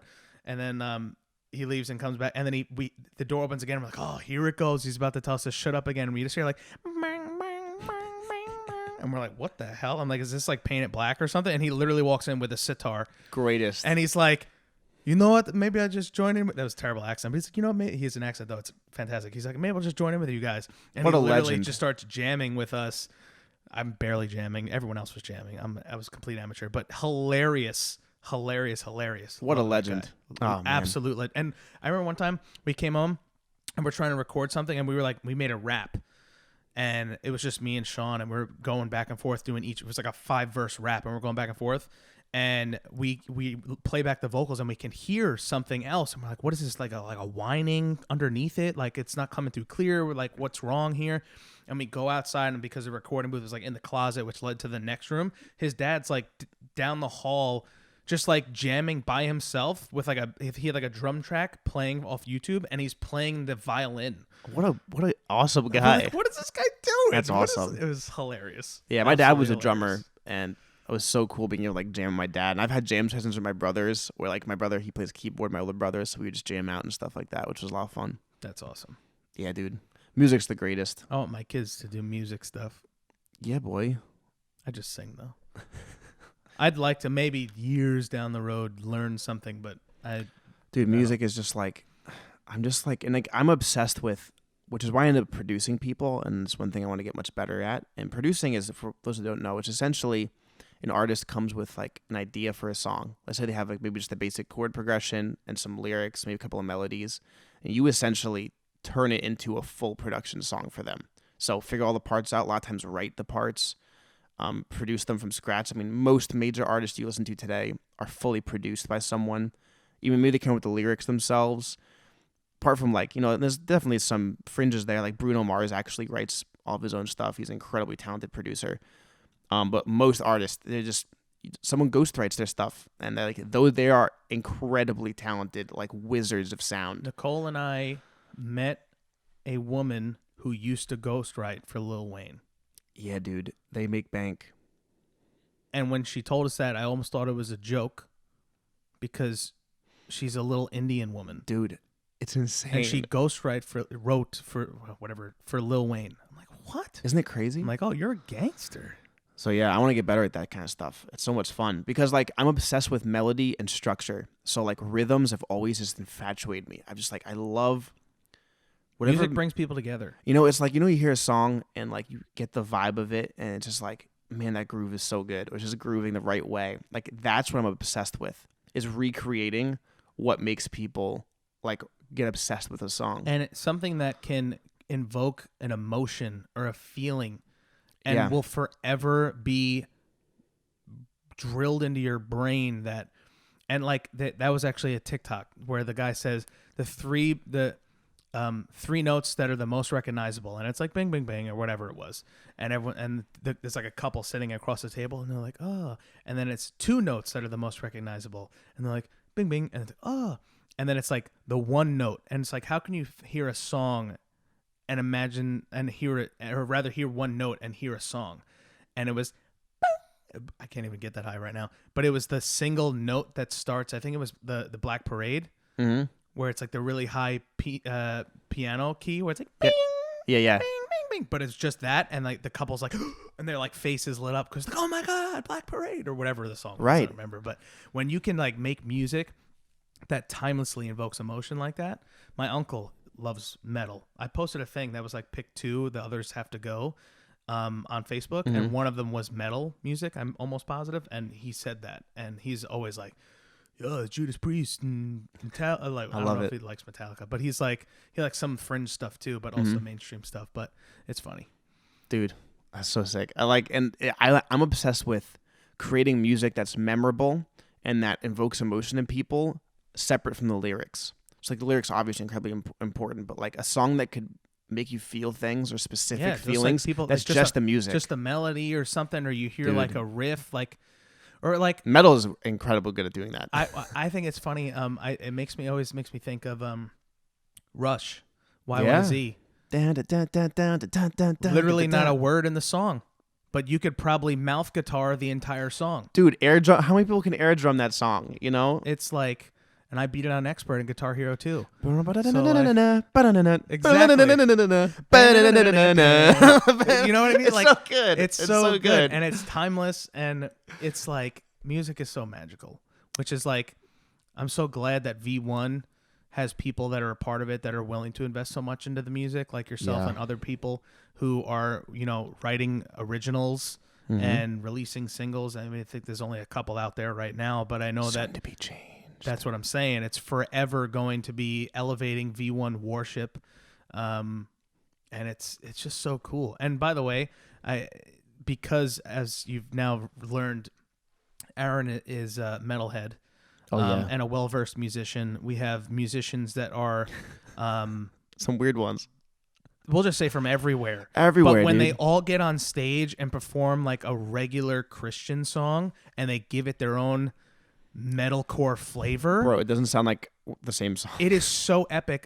One of the things that almost every single time when someone comes to our church for the first time, they're just checking it out, they always say the music was like wild. It's crazy. And not only that, but our production value is like off the charts, especially because like, shout out to Eric Karai. We're in a movie theater and we load in concert grade equipment. Like you can perform 10,000 person concerts.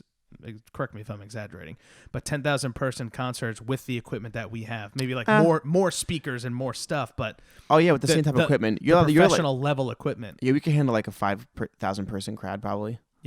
Yeah, it's it's crazy, and like Pastor Mike came in with that kind of excellence and just trickled down to everyone else. Yeah, because Pastor Mike was a traveling musician. It's really funny. It's like there's so many things that were just stereotype breakers in like every possible way. Like so, we have double bass in our church all the time. If you know what double bass is, we have like 2 kick pedals.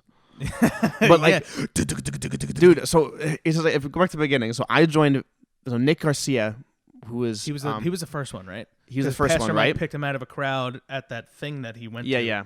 At like so Nassau Community I was in a College band with Nick Garcia, Nick Percerno, and Dan Marchalewski, all of which ended up joining V1 and playing in the worship team. So my whole band, minus Flavio, I love you, Flavio, I miss you, joined the worship team. So at one point you'd have me on guitar and Nick on bass, and then Nick Percerno on drums or Dan on drums. They both played drums for V1. It was literally a metalcore band leading worship with like Brianna singing or something. It was literally just like any part that was remotely intense was like 100 times more intense when we would play it. So good. I would like throw punches and stuff because I was just so hyped. Dude, the fact that our church has guitar solos, bass solos, drum fills, like epic. It's crazy. And you know the thing is, none of it's cheesy. Like I've been to places that like they'll force it and they'll make like these like awkward kind of like, we're going to shoot confetti, and it's like, but like we really are passionate about it, and it's real worship. it's crazy, it's intense, but we're worshiping Jesus. And like, it's crazy being a part of it, like the way like our personalities come out in the music, but it's still real worship music. And that's another thing. Everyone does it a little different. That's why I love it. Like I'll hear a song like Yes and Amen, Tim Bushing. Dude, we've ruined songs for people. That's what I'm saying. There's like songs that people can only hear from I only hear Yes and Amen sung by Tim Bushing, where like he has a certain way of singing where whenever I hear Yes and Amen, it's like, always Tim. It has to be Tim singing it. It's so funny. It's so funny. Yeah, and it's like, and then we have Jesse Ciappa, who's one of our drummers now, literally was in Dr. Acula, which was a super famous Long Island metalcore band that toured all over the country and stuff. And like he toured with them for like 5 years. And now he's the drummer of V1. And Chris Wrigley. Chris Wrigley toured in Six Gun. Glassjaw? Well, he was never in Glassjaw. Oh. He knows a guy in Glassjaw. Oh, okay. It'd be sick if he was in Glassjaw. But no, he was a band called Six Gun Radio. It was a punk band. They toured all over the country. They toured through Scotland and other parts of the world and stuff. It's crazy, man. All of them all serve at V1 Church now. And then you have people that grew up singing in church choir, like, or whatever, like, that are part of our group. And like you mash them all together on stage and you have this epic ensemble. I mean, Pastor Kiel has sung in countless churches as a worship leader. She sung at the Super Bowl once. Like, really? Yeah, it's crazy. Wow. She'll tell you a story by who's the guy from Aerosmith? Gosh, dude, look like a lady. Yeah, that guy. He kissed her on a cheek, I think. Steve Tyler. Yeah, Steve Tyler kissed her on a cheek, I think. Unnecessary information, but I think it's kind of funny. Now you know. Now you know. Yeah. Yeah, it's wild. Yeah, man. Yeah. Yeah, we've talked about a lot of stuff. Dude, straight up. We can go for a little bit. Music, business, church, personal growth, successes, failures. Yeah, dude, covered a lot of bases. I have a question, though. Do it.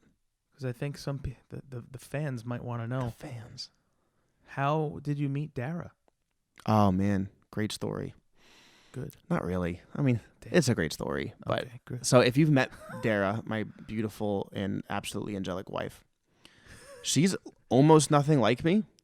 Like, we're so different. We look so different. We are, like, act way different. We're into decent amount of similar things, but it's something that's opposite to track kind of thing. But, like, it's so incredible. So we met. I'm a pastor's kid. She's also a pastor's kid. Neither of us go to our dad's churches. But we met at a church that was neither of our dad's churches. And kind of just hit it off. Yeah, that was it. We just met at church. I mean, like, that's how we met. Well, then he got married at 21. But I he guess got married really that's like early. a very Christian thing to do. Yes. There's a lot that went on in our early parts of our marriage that I don't want to get into because it definitely, not early marriage, early meeting, just awkward situations with people, and it was unfortunate. I had to learn a lot. I was decently emotionally abusive, to be honest. Like, not in a way that's like I berated her all the time or I cursed at her. I didn't never do that. But like, I would play with her feelings a lot when I first met her and stuff. And I was very unsure of a lot of things I did when I was younger. And love is a serious thing that I was really unsure about, and I definitely messed her up a lot in that regard. But it's funny. She God destined us to be together. And she really stuck it out to me being a terrible person. And I knew I loved her from the second I really got to know her. But like, my mind was fighting me, and I was so anxious. And I was really in the midst of my anxiety at that point. It was a bad time. But we just really loved each other, and like, nothing stopped us from being consistently in love with each other. Like, it just. So we were dated for very briefly. We're engaged for a year and a half. A year and a half, I think we were engaged before we got married. And what I say about getting married early and getting married young is it's like, I think people get lost in the details of life way too often. Where I'm not saying that it's like you shouldn't know the person you're marrying and like you shouldn't really get to know their intimate feelings and agree on really important topics and stuff like that, because it's all super important. You should agree on some really serious issues that like are deal breakers. But people, like, I've known people that, like, they were engaged for, like, I don't know, how long were you guys engaged? I don't want to blow up your spot. 3 years or something. Okay, yeah, not that long. I have people that are engaged for, like, 6-7 years, right? And they're just, like, content being in this engaged phase, and, like, it's always, like, it's almost like a back door, And any marriage with a plan B is gonna fail. So it's like if you and like there's people that like, well, I don't know about this and all these different feelings that I have, and she has these feelings. What I don't know. It's like, dude, if you love someone and they love you, and you agree on like big things that are like pivotal in your life, marriage is the ultimate sign of trust and affection to me, and that's why the way God designed marriage is so powerful. It's like you truly choose to be like one with that person.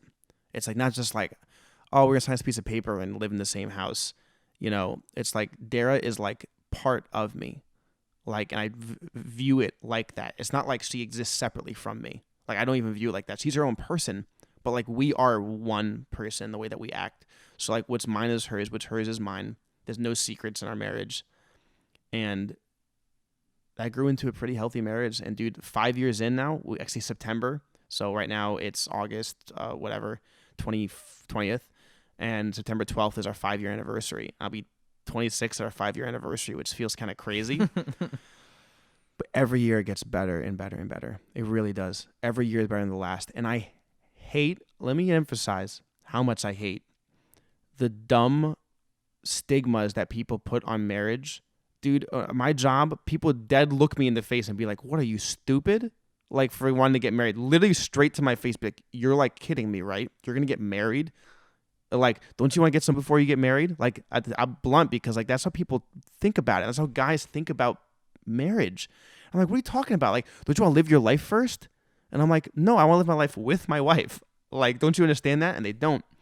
So a big part of my, like, conversations with people is encouraging young people who are just getting married and stuff like that because, like, I am the biggest supporter of marriage in the world. And, like, people will say, like, get ready to get the old ball and chain or get ready to sign all your paychecks away. I'm like, bro, you're sabotaging your marriage before it even starts, you know?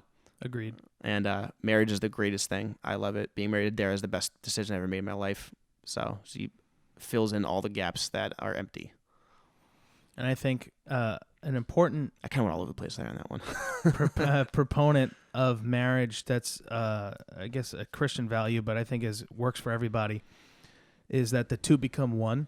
Mm-hmm. And it goes on to say that, you know, you wouldn't treat yourself a certain way or do certain things to yourself. Right. Because it's yourself. You wouldn't hurt yourself. You wouldn't abuse yourself. You wouldn't whatever. But when you think of your marriage, of you are your wife and your wife is you and you're one being, you should treat her like gold because that's how you're treating yourself, kind of thing. I like that one. Yeah, absolutely. Spin on it. And people like, you know, I feel like so many people self-sabotage their marriages. Like if you go into marriage with some idea, and a lot of people do this, of like, this is what I would do if it failed, it's going to fail. Almost always is going to fail. Because like the human mind usually takes a back door if there is one. And when me and Dara got married, it was like, this is it. I choose you forever. And there was like, I'm like, I don't have a plan B, and I'm not going to, because it's just like I sealed it in my mind that like we're together forever, sealed together. And if you're a Christian, obviously there's even more implications of that. But you know, I'm about it. I'm really about it. I love marriage. It's dope. Yeah, it really is. And like trust is like, I mean, I don't want to sound like a talk show host, but like, people are so untrusting of each other these days. They really don't trust each other. And like, run your marriage however you want. I'm a big advocate of not having separate finances. One thing me and Dara are always about. It's Same. like, you should know exactly what's going on and 100% agree on your finances. Same. To me, if you don't share finances with your wife or husband, then there's a level of mistrust. There has to be. If you're lacking trust, to me, you're in lying your marriage, if you don't think that. Yeah, it blows my mind. Like, I understand if like you don't come from a background where it's like, oh, I have my own account where like I can go buy toys and shopping, whatever. Like, okay, fine. Like, I can understand that you want to have your play account, but the fact that you don't know what's going on with the money that's being earned from where your significant other is spending a majority of their day. Oh my gosh. And I have many close family members and friends that They don't think that there's anything wrong with that. I'm like, oh, well, I don't want him looking at my money, or I don't want I don't want her spending all my why? money. So the thing is, like, why do all right, you want him first doing of all, that? you should put a barrier to say, like, okay, we can't spend this money, or someone has to take ownership of the finances. In my marriage, I handle the finances. I have access to all the accounts, but Nicole does too, so she can see what's happening. Right. There's no secrets, but when it comes to paying the bills, I'm the one that's doing all that. Right. But we have a firm understanding. She'll be like, oh, I want to go do this thing. Do we have enough money for that? She doesn't even bother looking. She could just look, but she doesn't because she knows that I'm the one that's running it. So she'll be like, oh, do we have enough money for this? I'm like, yeah, it's going to be fine. I'll transfer the money. Whatever. And that's like so healthy because it promotes care for each other and trust for each other because you're always thinking about the other person. You know, and like Dara, for instance, she's like really good with finances, so she runs a lot of that stuff, like what you do. But like, I purposely don't have access to the savings account just because I make horrible life choices. Buy a guitar. Because I'll buy a guitar. Like, obviously, we have the same checking account, the same debit cards and stuff like that, and like we're open about every decision. No large purchase is made without really talking about it and agreeing that that's a right choice for our future together.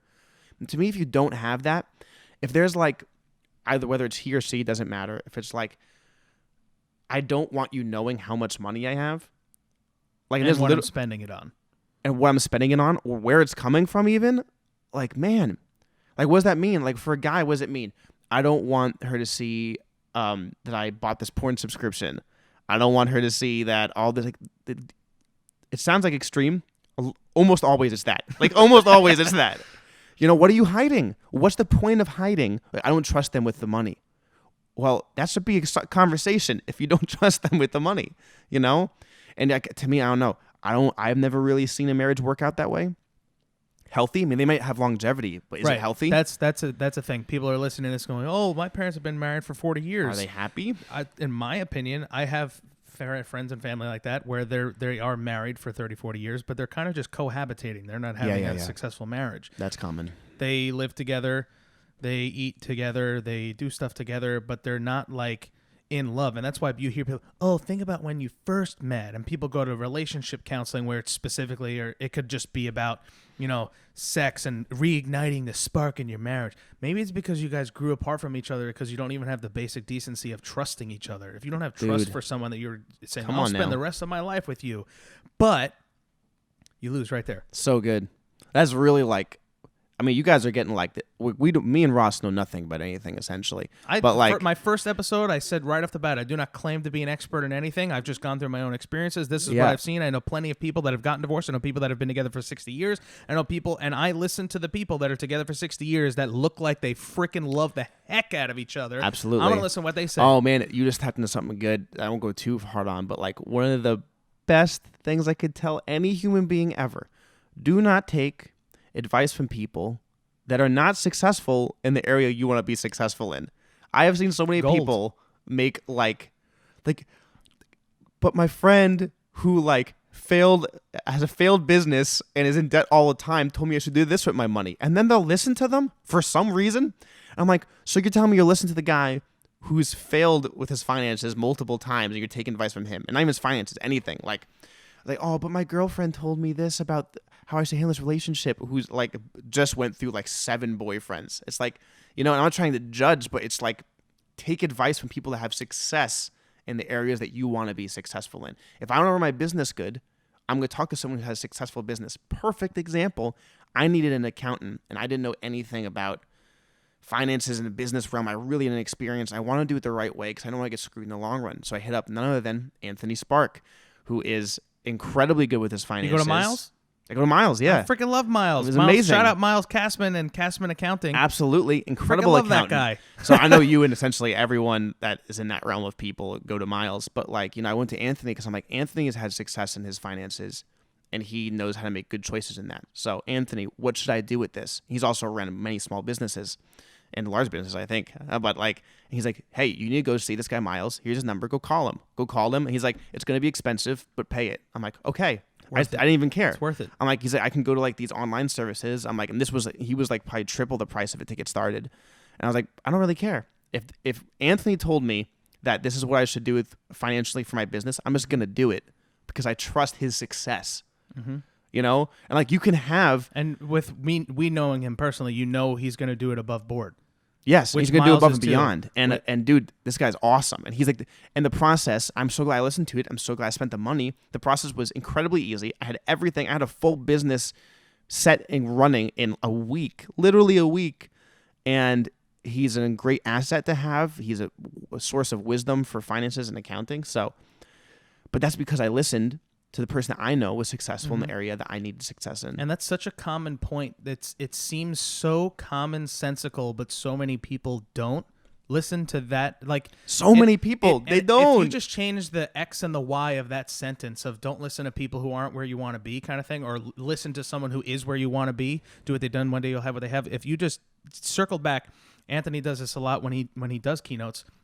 He'll say, you know, if you break your leg, where do you go? The emergency room doctor. Okay, why? Because he's a doctor. Okay, you want to learn how to play soccer. Who do you listen to? Okay, the soccer coach. If you want to get your taxes done, who do you go? The CPA accountant. Okay, great. That all makes sense. It's common sense. You need something done, you go to the and professional people like expert. know that and accept it. He goes, you know, who do you ask for relationship advice? Uncle Rick, who's been divorced 3 times. Always. Who do you ask for financial advice? Your parents. Okay, that may or may not be a good thing, but do your parents have the finances that you want? Do you know if they're debt free? Probably not. Your parents probably don't talk to you about that. Do your parents have millions of dollars in the bank? Do you want millions of dollars in the bank? It's like, dude, yeah. Are your parents going to help you get $1 million in the bank if they don't have millions of dollars in the bank? Or should you listen to someone else who has millions of dollars in the bank? Which, I mean, and especially in today's day and age, there's so much free information out there. Yeah, But it's crazy. people will still listen to the guy who's literally got 14,000 followers on Instagram that he probably bought that says, yeah, buy my program for $600 and I'll teach you how to be a better husband and buy a Lamborghini. Like I like to take personal advice from people who I have a history with that I've seen consistent success. It's like I know they've consistently been successful in this area and they're going to give me good advice. You know, and that's not a free pass to look down on people who are not in the situation to give you good advice, because people come and give you advice and they'll try to help you out. And to me, I looked at it as like, thank you for your concern for my life. And it's like, and I always let them talk about it. Well-meaning people, but it's like, you. Don't take advice just because it's given. Like, what's the source? And why are they telling it to you? And what do they have to back up their claims?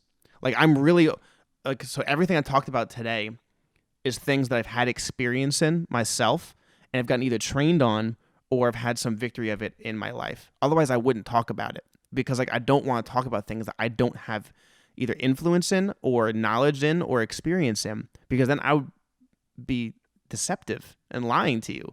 So, you know, and that's a hard thing to actually do, because I used to talk BS all the time, constantly. I love BSing. Literally would make up so many stories, but I'm trying to avoid that. Yeah, no, I hear you. I used to do that a lot too. This has been like a productive podcast, because like I didn't know which way it was going to go. I was like, either it's going to go like we're going to talk about really good life points, or we're going to make up like nonsense stories for like 2 hours. Which, dude, I can go 100% the other direction. Taco Bell removed half their menu. The Fiesta potatoes are gone. They're just gone. Like, you can't get them. What that means? There's no spicy potato soft taco, right? You can't add them as an additive. Potato griller. No loaded potato griller. What is wrong with them? There's no Fritos either. So no beefy Frito nacho, no beefy Frito burrito. If you go to and look at their menus now, which I did go after they changed their menus. I still eat there. I've gone there twice. But if you just look at the menu now, it's literally just tacos and burritos. The wildest thing on their menu now is like a cheesy gordita crunch and a Crunchwrap Supreme. But it's like, dude, you could get a Crunchwrap Supreme and then put potatoes in it. You used to do that? You can't now. You did that? I heard someone did it. Oh. That's pretty epic. It is, all right? But you could have done it. They had that the Boss Crunch Wrap at one point was a special. Bro, the triple one too. Triple Boss Wrap with steak and potatoes in it. Oh my gosh, it was Give me that. $7, but that's all you needed. Oh man. Rest in peace, Taco Bell. What are you making these? I hope they get better. I feel like they'll get better. They need to bring back just like bring us something we want besides just like the normal bean, cheese, and sour cream, you know? Yeah. And meat. Well, I know that they've had. I don't go on Twitter, but they're getting tweeted at every day. Oh, hardcore, outrage. Bro. The Twitter outbreak. There's memes about it already. Mm-hmm. That's one thing where I will say, bow to the mob. Bow to the mob. Listen to them. Listen to the angry people. You know? Oh my gosh. But yeah, so I mean, it's sad. Man. Oh, there's one thing that I jokingly said that I would do on every podcast, but I never did, because cool. it's Ross Paper Scissors. And rock, paper, scissors is something that brings people together. The point of this podcast is to bring people together, share perspectives and experiences to peel back guises and facades of people from the outside who so don't. Sick. They look at someone in a church and they think a certain thing about them. Yeah. So they think that, whatever. But then you have this diverse background. You're a well-versed musician. You've been in metalcore bands and crap like that. So people are like, oh, wow, it's like a real normal person, which is why I can't wait to have like someone like Pastor Mike on and find out a random fact that he's never told anyone. And people are like, wow. Whoa. But anyway, so boy. rock, paper, scissors. We're going to play rock, paper, scissors. Let's do it. For the goal of just saying that you won rock, paper, scissors. Okay. So we're going to do rock, paper, scissors, shoot. Because the first time I said 1, 2, 3, shoot, and Dennis tried to say rock, paper, scissors, and I had several 1, 2, 3, messages. shoot? Where were you born in like a several messages from people that said, "What? You didn't even freaking do Were you it, born right?" in like a communist empire? What's wrong with you? Okay, ready? Rock, paper, scissors, and shoot. Rock, paper, scissors, and shoot. 2 out of 3. 2 out of 3. Okay. 2 out of 3. I'm up 1, people, since you can't he's see up any 1. of this. He's cut my paper. Rock, paper, scissors, and shoot. What is that? A thumbs up? I gave him a You thumbs give a up. thumbs up? I was talking It's a about rock. We'll say it's a rock. Jeez. It's a rock. All right, so All right. I did rock too. So I did a thumbs rock, up. paper, scissors, and shoot. All right, tie game. This one's for the gold. Okay. Aaron just changed his stance. Rock, paper, scissors, and shoot. Rock, paper, scissors, and shoot. Oh, I you, win. You did the same thing twice. We You called my bluff. I'm the winner. Hope that was enjoyable to the listeners out there. Yeah, who just heard our... Yeah, it's like... That's awkward. That's going to sound awkward. Yeah, I think we could call it, though. I think we've been going for a while now. I think so. It's probably like 2 hours. Yeah? Good. It's been a lot of fun.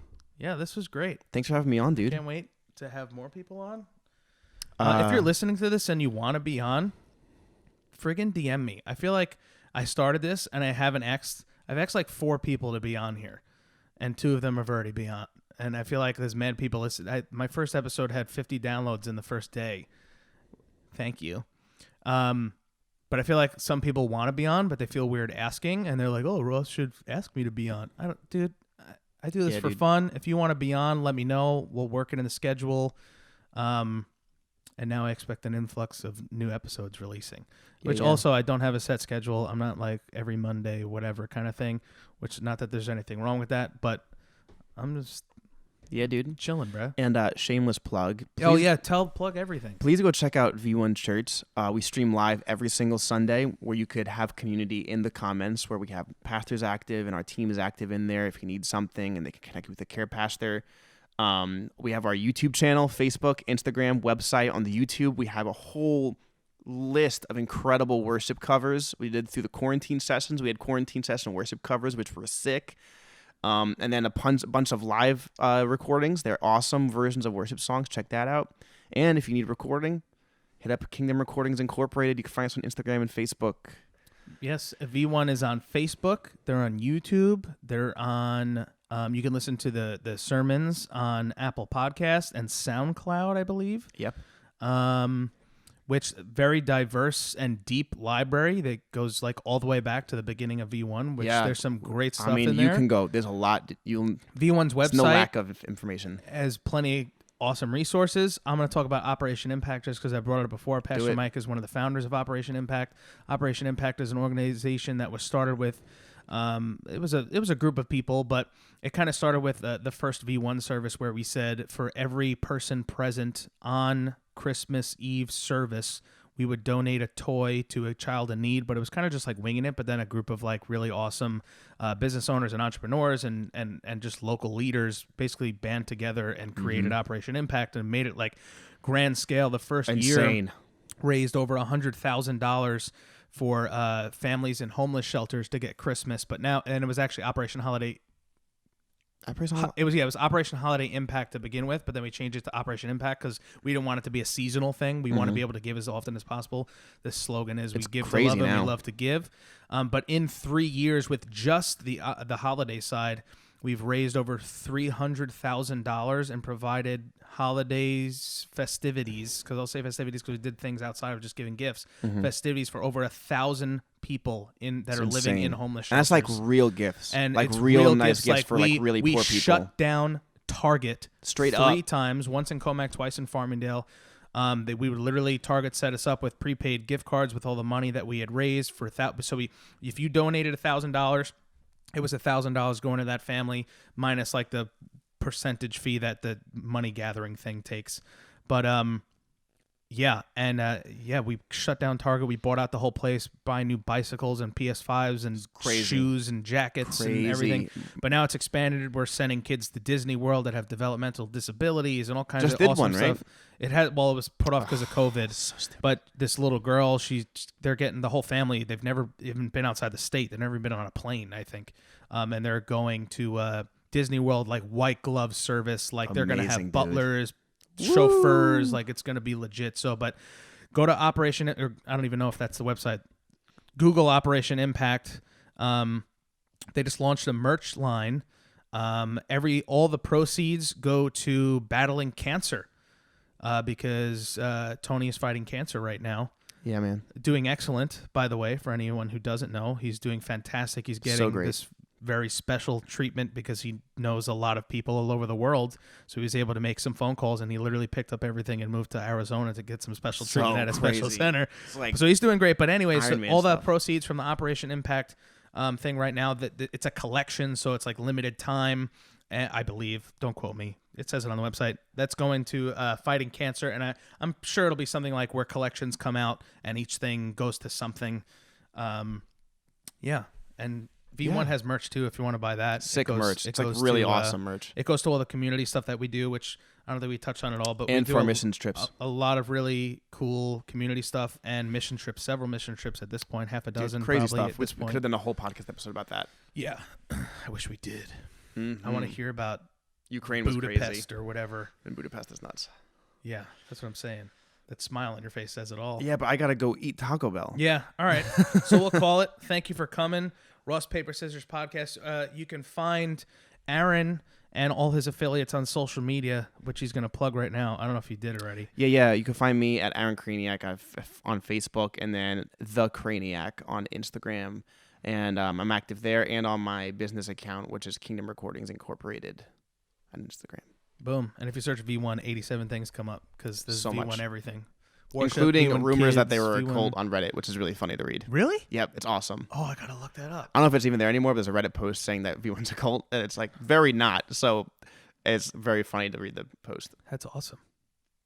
That's how you know you made it. That's how you know. That's how you know. Yeah, Pastor Mike had when people say fake it accounts must not be real. He had 3 fake Facebook accounts made of him. I saw that. I was like, donate to the Mike Signorelli Fund. It was stupid like that. If someone created a Facebook account using all his pictures and all his information and was DMing people that were from the church asking for money directly, send it to my PayPal account. He got that check now, so that's how you know. Blue check. All right. So, thanks again. Bye.